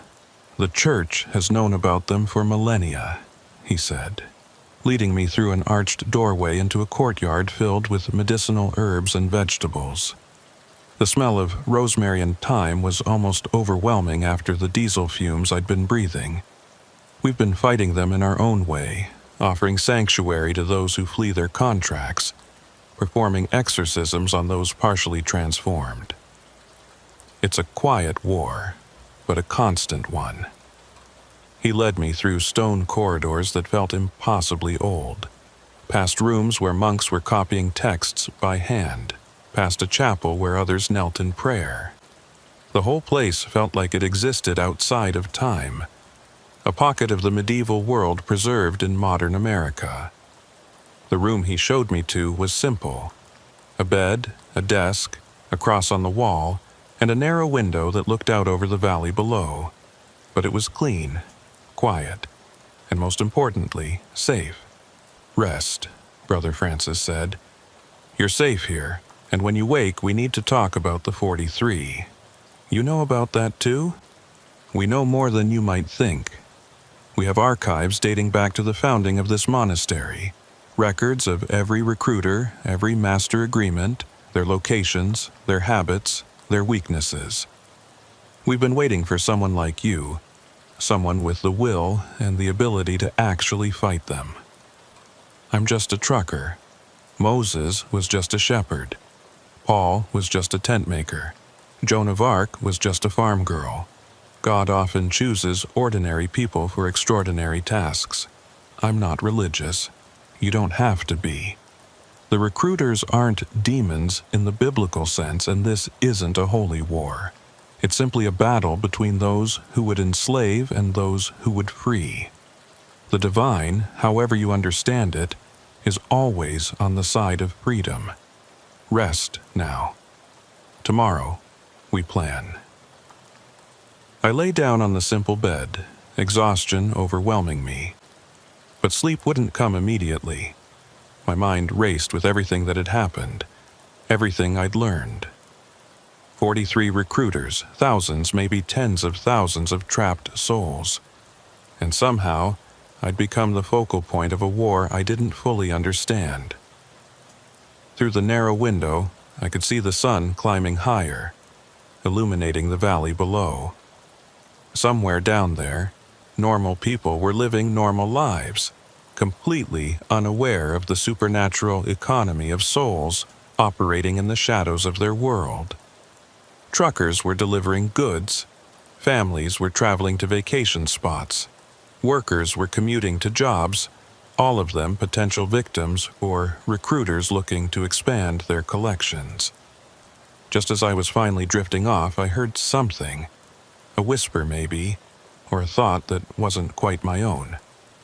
7 down, 36 to go. It was Cordelia's voice, coming from somewhere beyond the veil between life and death. The employees of Route 19 were still with me, still fighting in their own way. I wasn't alone in this war. I slept for 16 hours straight, the deepest sleep I'd had in weeks. No dreams, no nightmares, just blessed unconsciousness. When I finally woke, it was to the sound of bells, the monastery calling its residents to evening prayer. The sun was setting, painting my small room in shades of orange and purple. There was a tray of food on the desk: bread, cheese, apple slices, and a pitcher of water.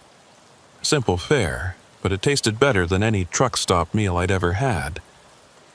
As I ate, I noticed a note beside the tray. When you're ready, come to the library. 3rd door on the left after the chapel. Brother Francis. The library, when I found it, took my breath away. It was a vast stone room with a vaulted ceiling, filled with books that looked older than America itself. But what surprised me more were the modern additions: computers, printers, LED lights carefully positioned to not damage the ancient texts. And it wasn't just monks in the room. Several other people in civilian clothes were gathered around a large table covered in maps and documents. They all looked up when I entered. "Ah, Lysander," Brother Francis said. "Let me introduce you to our allies." The first was a woman in her 40s, professionally dressed with the bearing of someone used to authority. "Sarah Chen," she said, shaking my hand firmly. "Former FBI Special Cases Division. I encountered the recruiters during a missing persons investigation 3 years ago. 23 people vanished from a truck stop in Missouri. The Bureau closed the case, said they were runaways. I knew better." "How did you end up here?" Brother Francis found me after I started asking too many questions. The monastery has been a safe house for those fighting the recruiters for longer than you'd believe. The next introduction was a young man, maybe 25, with the pale complexion of someone who spent too much time indoors. Multiple laptops were open in front of him, their screens filled with code I couldn't understand. "Marcus Webb," he said, without looking up from his screens. "I know, unfortunate name given the circumstances. I'm a white hat hacker. Been tracking the recruiters' digital footprints for 2 years now. They think they're invisible online, but everyone leaves traces. They use technology?" He finally looked up, his eyes bright with the enthusiasm of someone discussing their passion. "Oh yes, they've adapted beautifully to the modern world. Digital contracts, cryptocurrency transactions for moving resources, encrypted communications networks. But old systems updated for new technology always have vulnerabilities." The last person at the table was a middle-aged Hispanic woman with silver streaking through her black hair and eyes that held depths of experience. Something about her felt familiar, though I was sure we'd never met. "Elena Rodriguez," she said, and her voice carried an accent I couldn't quite place. "I was recruited once. 20 years ago, I signed a contract when I was desperate, about to lose my home, my children. But the contract had a loophole. It was conditional on me completing certain tasks. When I refused to collect other souls, the contract voided itself." "That's possible? To break a contract?" "Under very specific circumstances," she said. "The recruiters are bound by their own rules. They can't lie outright in their contracts. They mislead, they obscure, they hide truth in complexity, but the truth is always there if you know how to look. I've spent 20 years learning their language, their laws. I've helped 17 people find loopholes in their contracts. Only 17 out of how many thousands? Each soul freed is a victory," Brother Francis said gently. "But you're right. The loopholes are rare, difficult to find, and often require sacrifices that many can't make. That's why destroying the master agreements is so important. It's the only way to free everyone at once. So how do we do it? How do we destroy 43 master agreements when they know I'm coming?" "We don't do it alone," Brother Francis said. He pulled out a map of North America, marked with 43 red pins. Each pin had a small label with a name and number. Each pin represents a recruiter's primary location and the approximate number of contracts they hold. We have allies near each location, people like Phineas the Gatekeeper, beings who oppose the recruiters for their own reasons. Some are former contractors who found loopholes. Some are entities who see the recruiters as competition. Some are just good souls who want to help. It's still impossible, even with allies, 43 locations, which is where I come in," Marcus said, spinning one of his laptops around to show me the screen. It displayed what looked like a network map with nodes connected by glowing lines. "This is the recruiter's communication network. They think it's secure, but I've found a way in. Not deeply, I can't read their messages or anything, but I can disrupt it. Think of it as a DDoS attack on their supernatural internet. How long can you disrupt it? Maybe 6 hours, if we're lucky. The virus I've designed will flood their network with junk data, false contracts, phantom soul signatures. They'll be blind, unable to coordinate or call for help. 6 hours to hit 43 locations? Not all 43, Sarah said, pulling out a tablet. We've been doing risk assessment. If we can take out the 12 largest holders, the ones with over 5,000 contracts each, we'll free approximately 65% of all trapped souls. The remaining recruiters will be weakened, vulnerable. It would shift the balance of power dramatically. 12 teams hitting 12 locations simultaneously, Elena added. Each team equipped with materials that can destroy a master agreement, blessed thermite, holy water from multiple faiths, the dust of broken contracts. We've been gathering these materials for years. Who are these teams? Who's crazy enough to go up against recruiters directly? Brother Francis smiled. You'd be surprised how many people have been touched by the recruiters' evil. Truckers who've lost friends, families who've had loved ones disappear, religious leaders who've seen their congregants transformed. We have nearly 100 volunteers ready to act. They just needed someone to lead them, someone who's already proven it can be done. You want me to lead this? You destroyed Marcus, the original Marcus, not our young friend here. 3,000 souls freed in one night. You've already done what everyone thought was impossible. People will follow you. I stood up, walked to the window. The sun had fully set now, and stars were beginning to appear. Somewhere out there, at rest stops and truck stops across the country, recruiters were making their deals, trapping more souls. Every night I delayed was another night of contracts signed, lives destroyed. When? I asked. 3 days, Brother Francis said. The night of the new moon, when the veil between worlds is thinnest. The recruiters will be at their most powerful, but also their most vulnerable. Their connections to their contracts are strongest during the new moon, but that also means destroying a master agreement will have maximum impact. 3 days to prepare for war. The war's been going on for centuries, Elena said. 3 days to finally strike back. Over the next 3 days, the monastery transformed into a command center.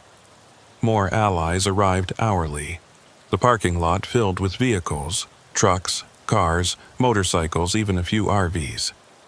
The dining hall became a briefing room.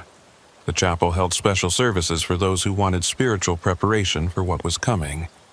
I met the team leaders, each one with their own story of loss and determination.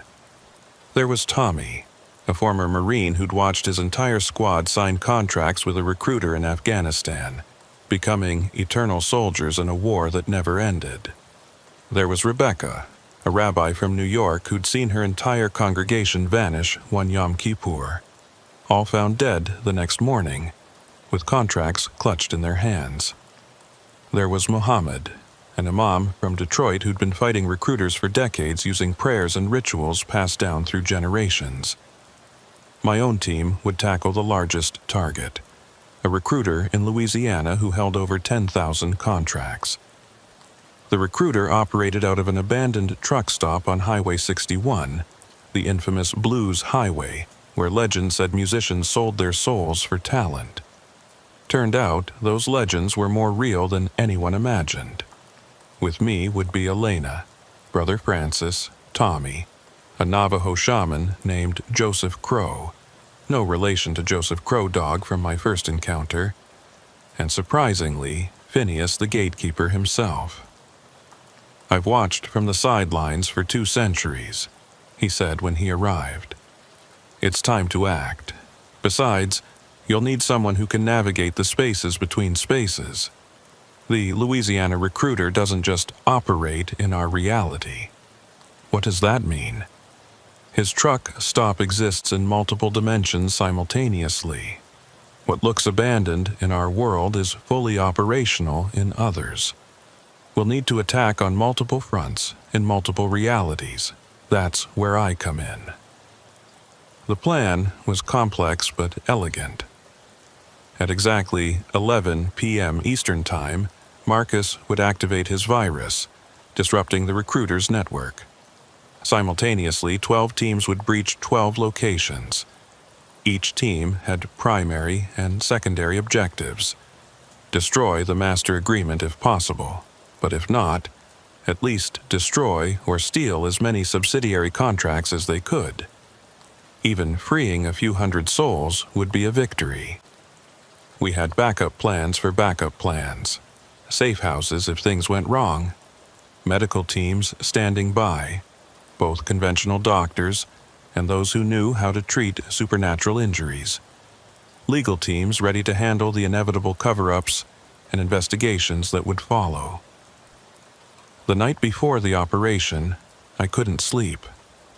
I walked the monastery grounds, looking at the stars, thinking about how a simple decision to pull into a rest stop during a storm had led me here. That's when Cordelia appeared again, more solid than she'd been since her death. "We'll be with you," she said. "All of us who've been freed. We can't physically help, but we can guide you, warn you of dangers, maybe even distract the recruiters at crucial moments."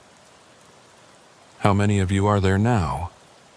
3,000 from Marcus's contracts, another few hundred from contracts that have been voided over the years.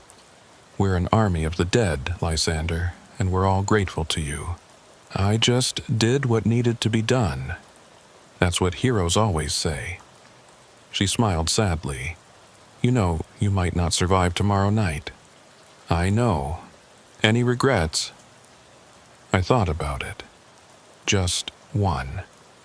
I wish I'd understood sooner. How many contracts could have been prevented if I'd started this fight 3 weeks earlier? You started when you were ready. When the universe was ready. Everything happens when it's supposed to. Do you really believe that? I have to. Otherwise, my death, our enslavement, all of it was meaningless. But if it led to this moment, to the chance to free thousands, then maybe it was worth it. She started to fade as the first rays of dawn touched the mountains. Lysander, when you get to Louisiana, look for the blue door.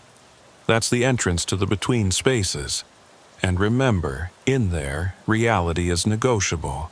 Don't trust what you see, trust what you feel. She vanished, leaving me alone with the dawn and the weight of what was coming. In 18 hours we would strike. 12 locations, 12 master agreements, potentially tens of thousands of souls freed. It was impossible, insane, probably suicidal. But then again, I was just a trucker who'd seen something I couldn't unsee, learned truths I couldn't unlearn. Sometimes that's all it takes. One person in the wrong place at the right time, willing to do what needs to be done. The final briefing was at 6 p.m. All team leaders gathered in the chapel, our faces lit by candlelight that made us look like conspirators from another century. Which, in a way, we were. Brother Francis led us in a prayer, not to any specific deity, but to the concept of freedom itself, to the idea that no soul should be enslaved, that everyone deserves the chance to rest in peace. Remember, he said after the prayer, the recruiters will try to make deals even as they're dying.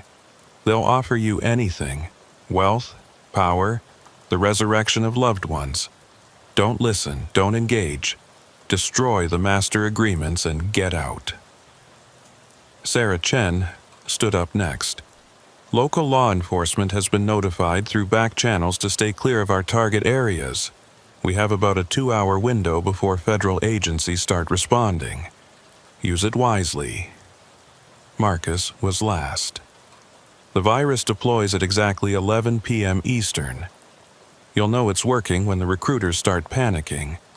They've never been cut off from their network before. It'll be like suddenly going blind and deaf. That's your moment to strike.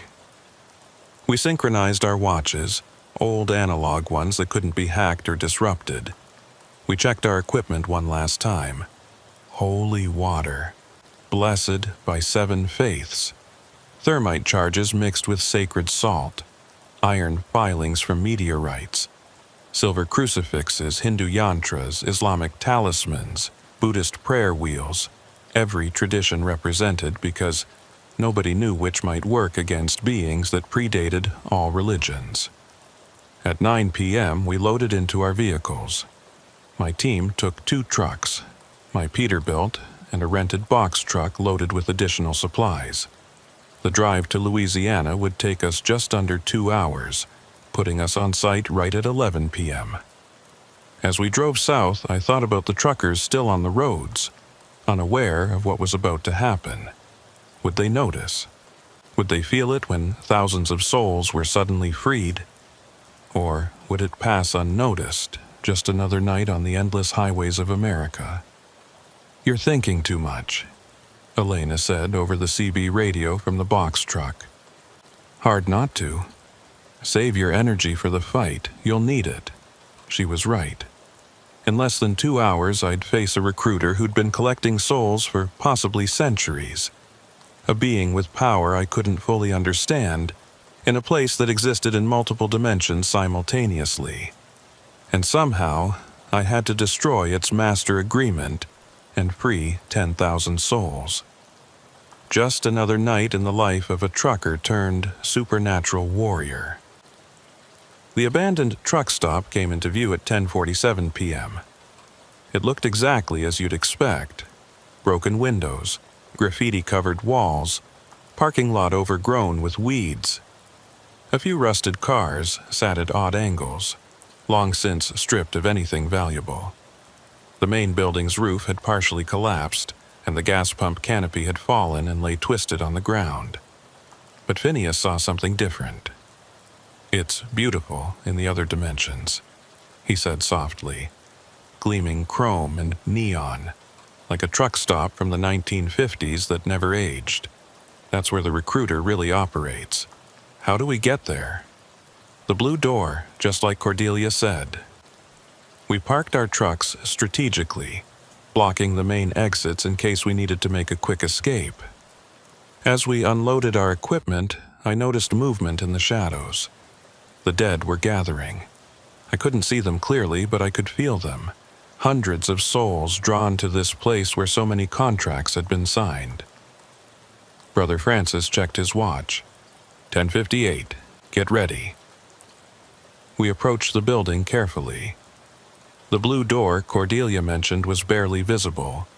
A service entrance painted a faded blue that seemed to shimmer slightly in the moonlight. Phineas touched it gently, and his hand passed through like it was water. This is it, the entrance to the between spaces. Once we go through, stay together. The dimensions can shift, try to separate us. Hold on to each other if necessary. 1 minute, Brother Francis said. We formed a line, each person holding on to the one in front. I was first with Phineas right behind me to guide.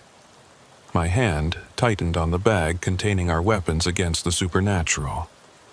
30 seconds. I could hear my heartbeat, feel the weight of what we were about to do. 10 seconds. Somewhere, 11 other teams were preparing to breach their targets. 5, 4, 3, 2, 1. Church bells rang somewhere in the distance, marking 11 p.m. And in that moment, I felt it. A ripple through reality as Marcus's virus deployed. The air itself seemed to shudder. From inside the building came an inhuman shriek of rage and confusion. "Now!" I shouted, and plunged through the blue door. The sensation was indescribable, like falling up while standing still, like being turned inside out while remaining whole. For a moment, I existed in multiple dimensions simultaneously, seeing the truck stop as it was, as it had been, and as it could be, all overlapping in impossible ways. Then we were through, standing in a truck stop that belonged in a Norman Rockwell painting if Norman Rockwell had painted nightmares. Everything was too bright, too clean, too perfect. The floors reflected light that had no source. The walls showed ads for products that had never existed. And behind the counter stood the recruiter. It was massive, at least 8 feet tall, wearing the uniform of a truck stop manager but stretched over a frame that was wrong in every proportion.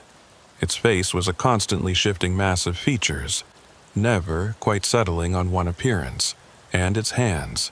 It had too many hands, all of them holding different contracts, shuffling them like cards. "You," it said in a voice like grinding gears.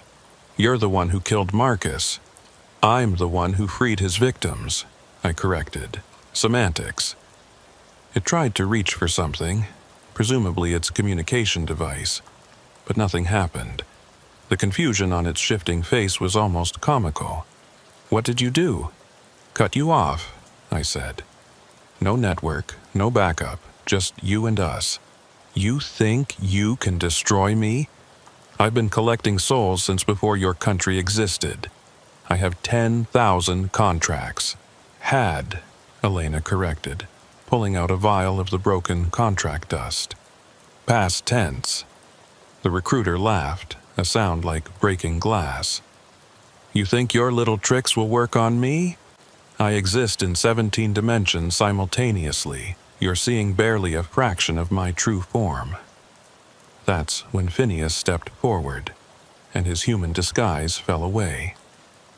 What stood in his place was something that made even the recruiter step back.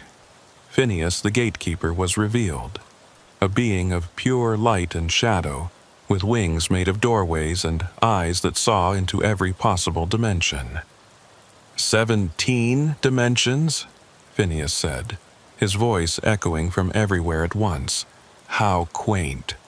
I guard the passages between hundreds, and in all of them you're about to burn. The battle was joined.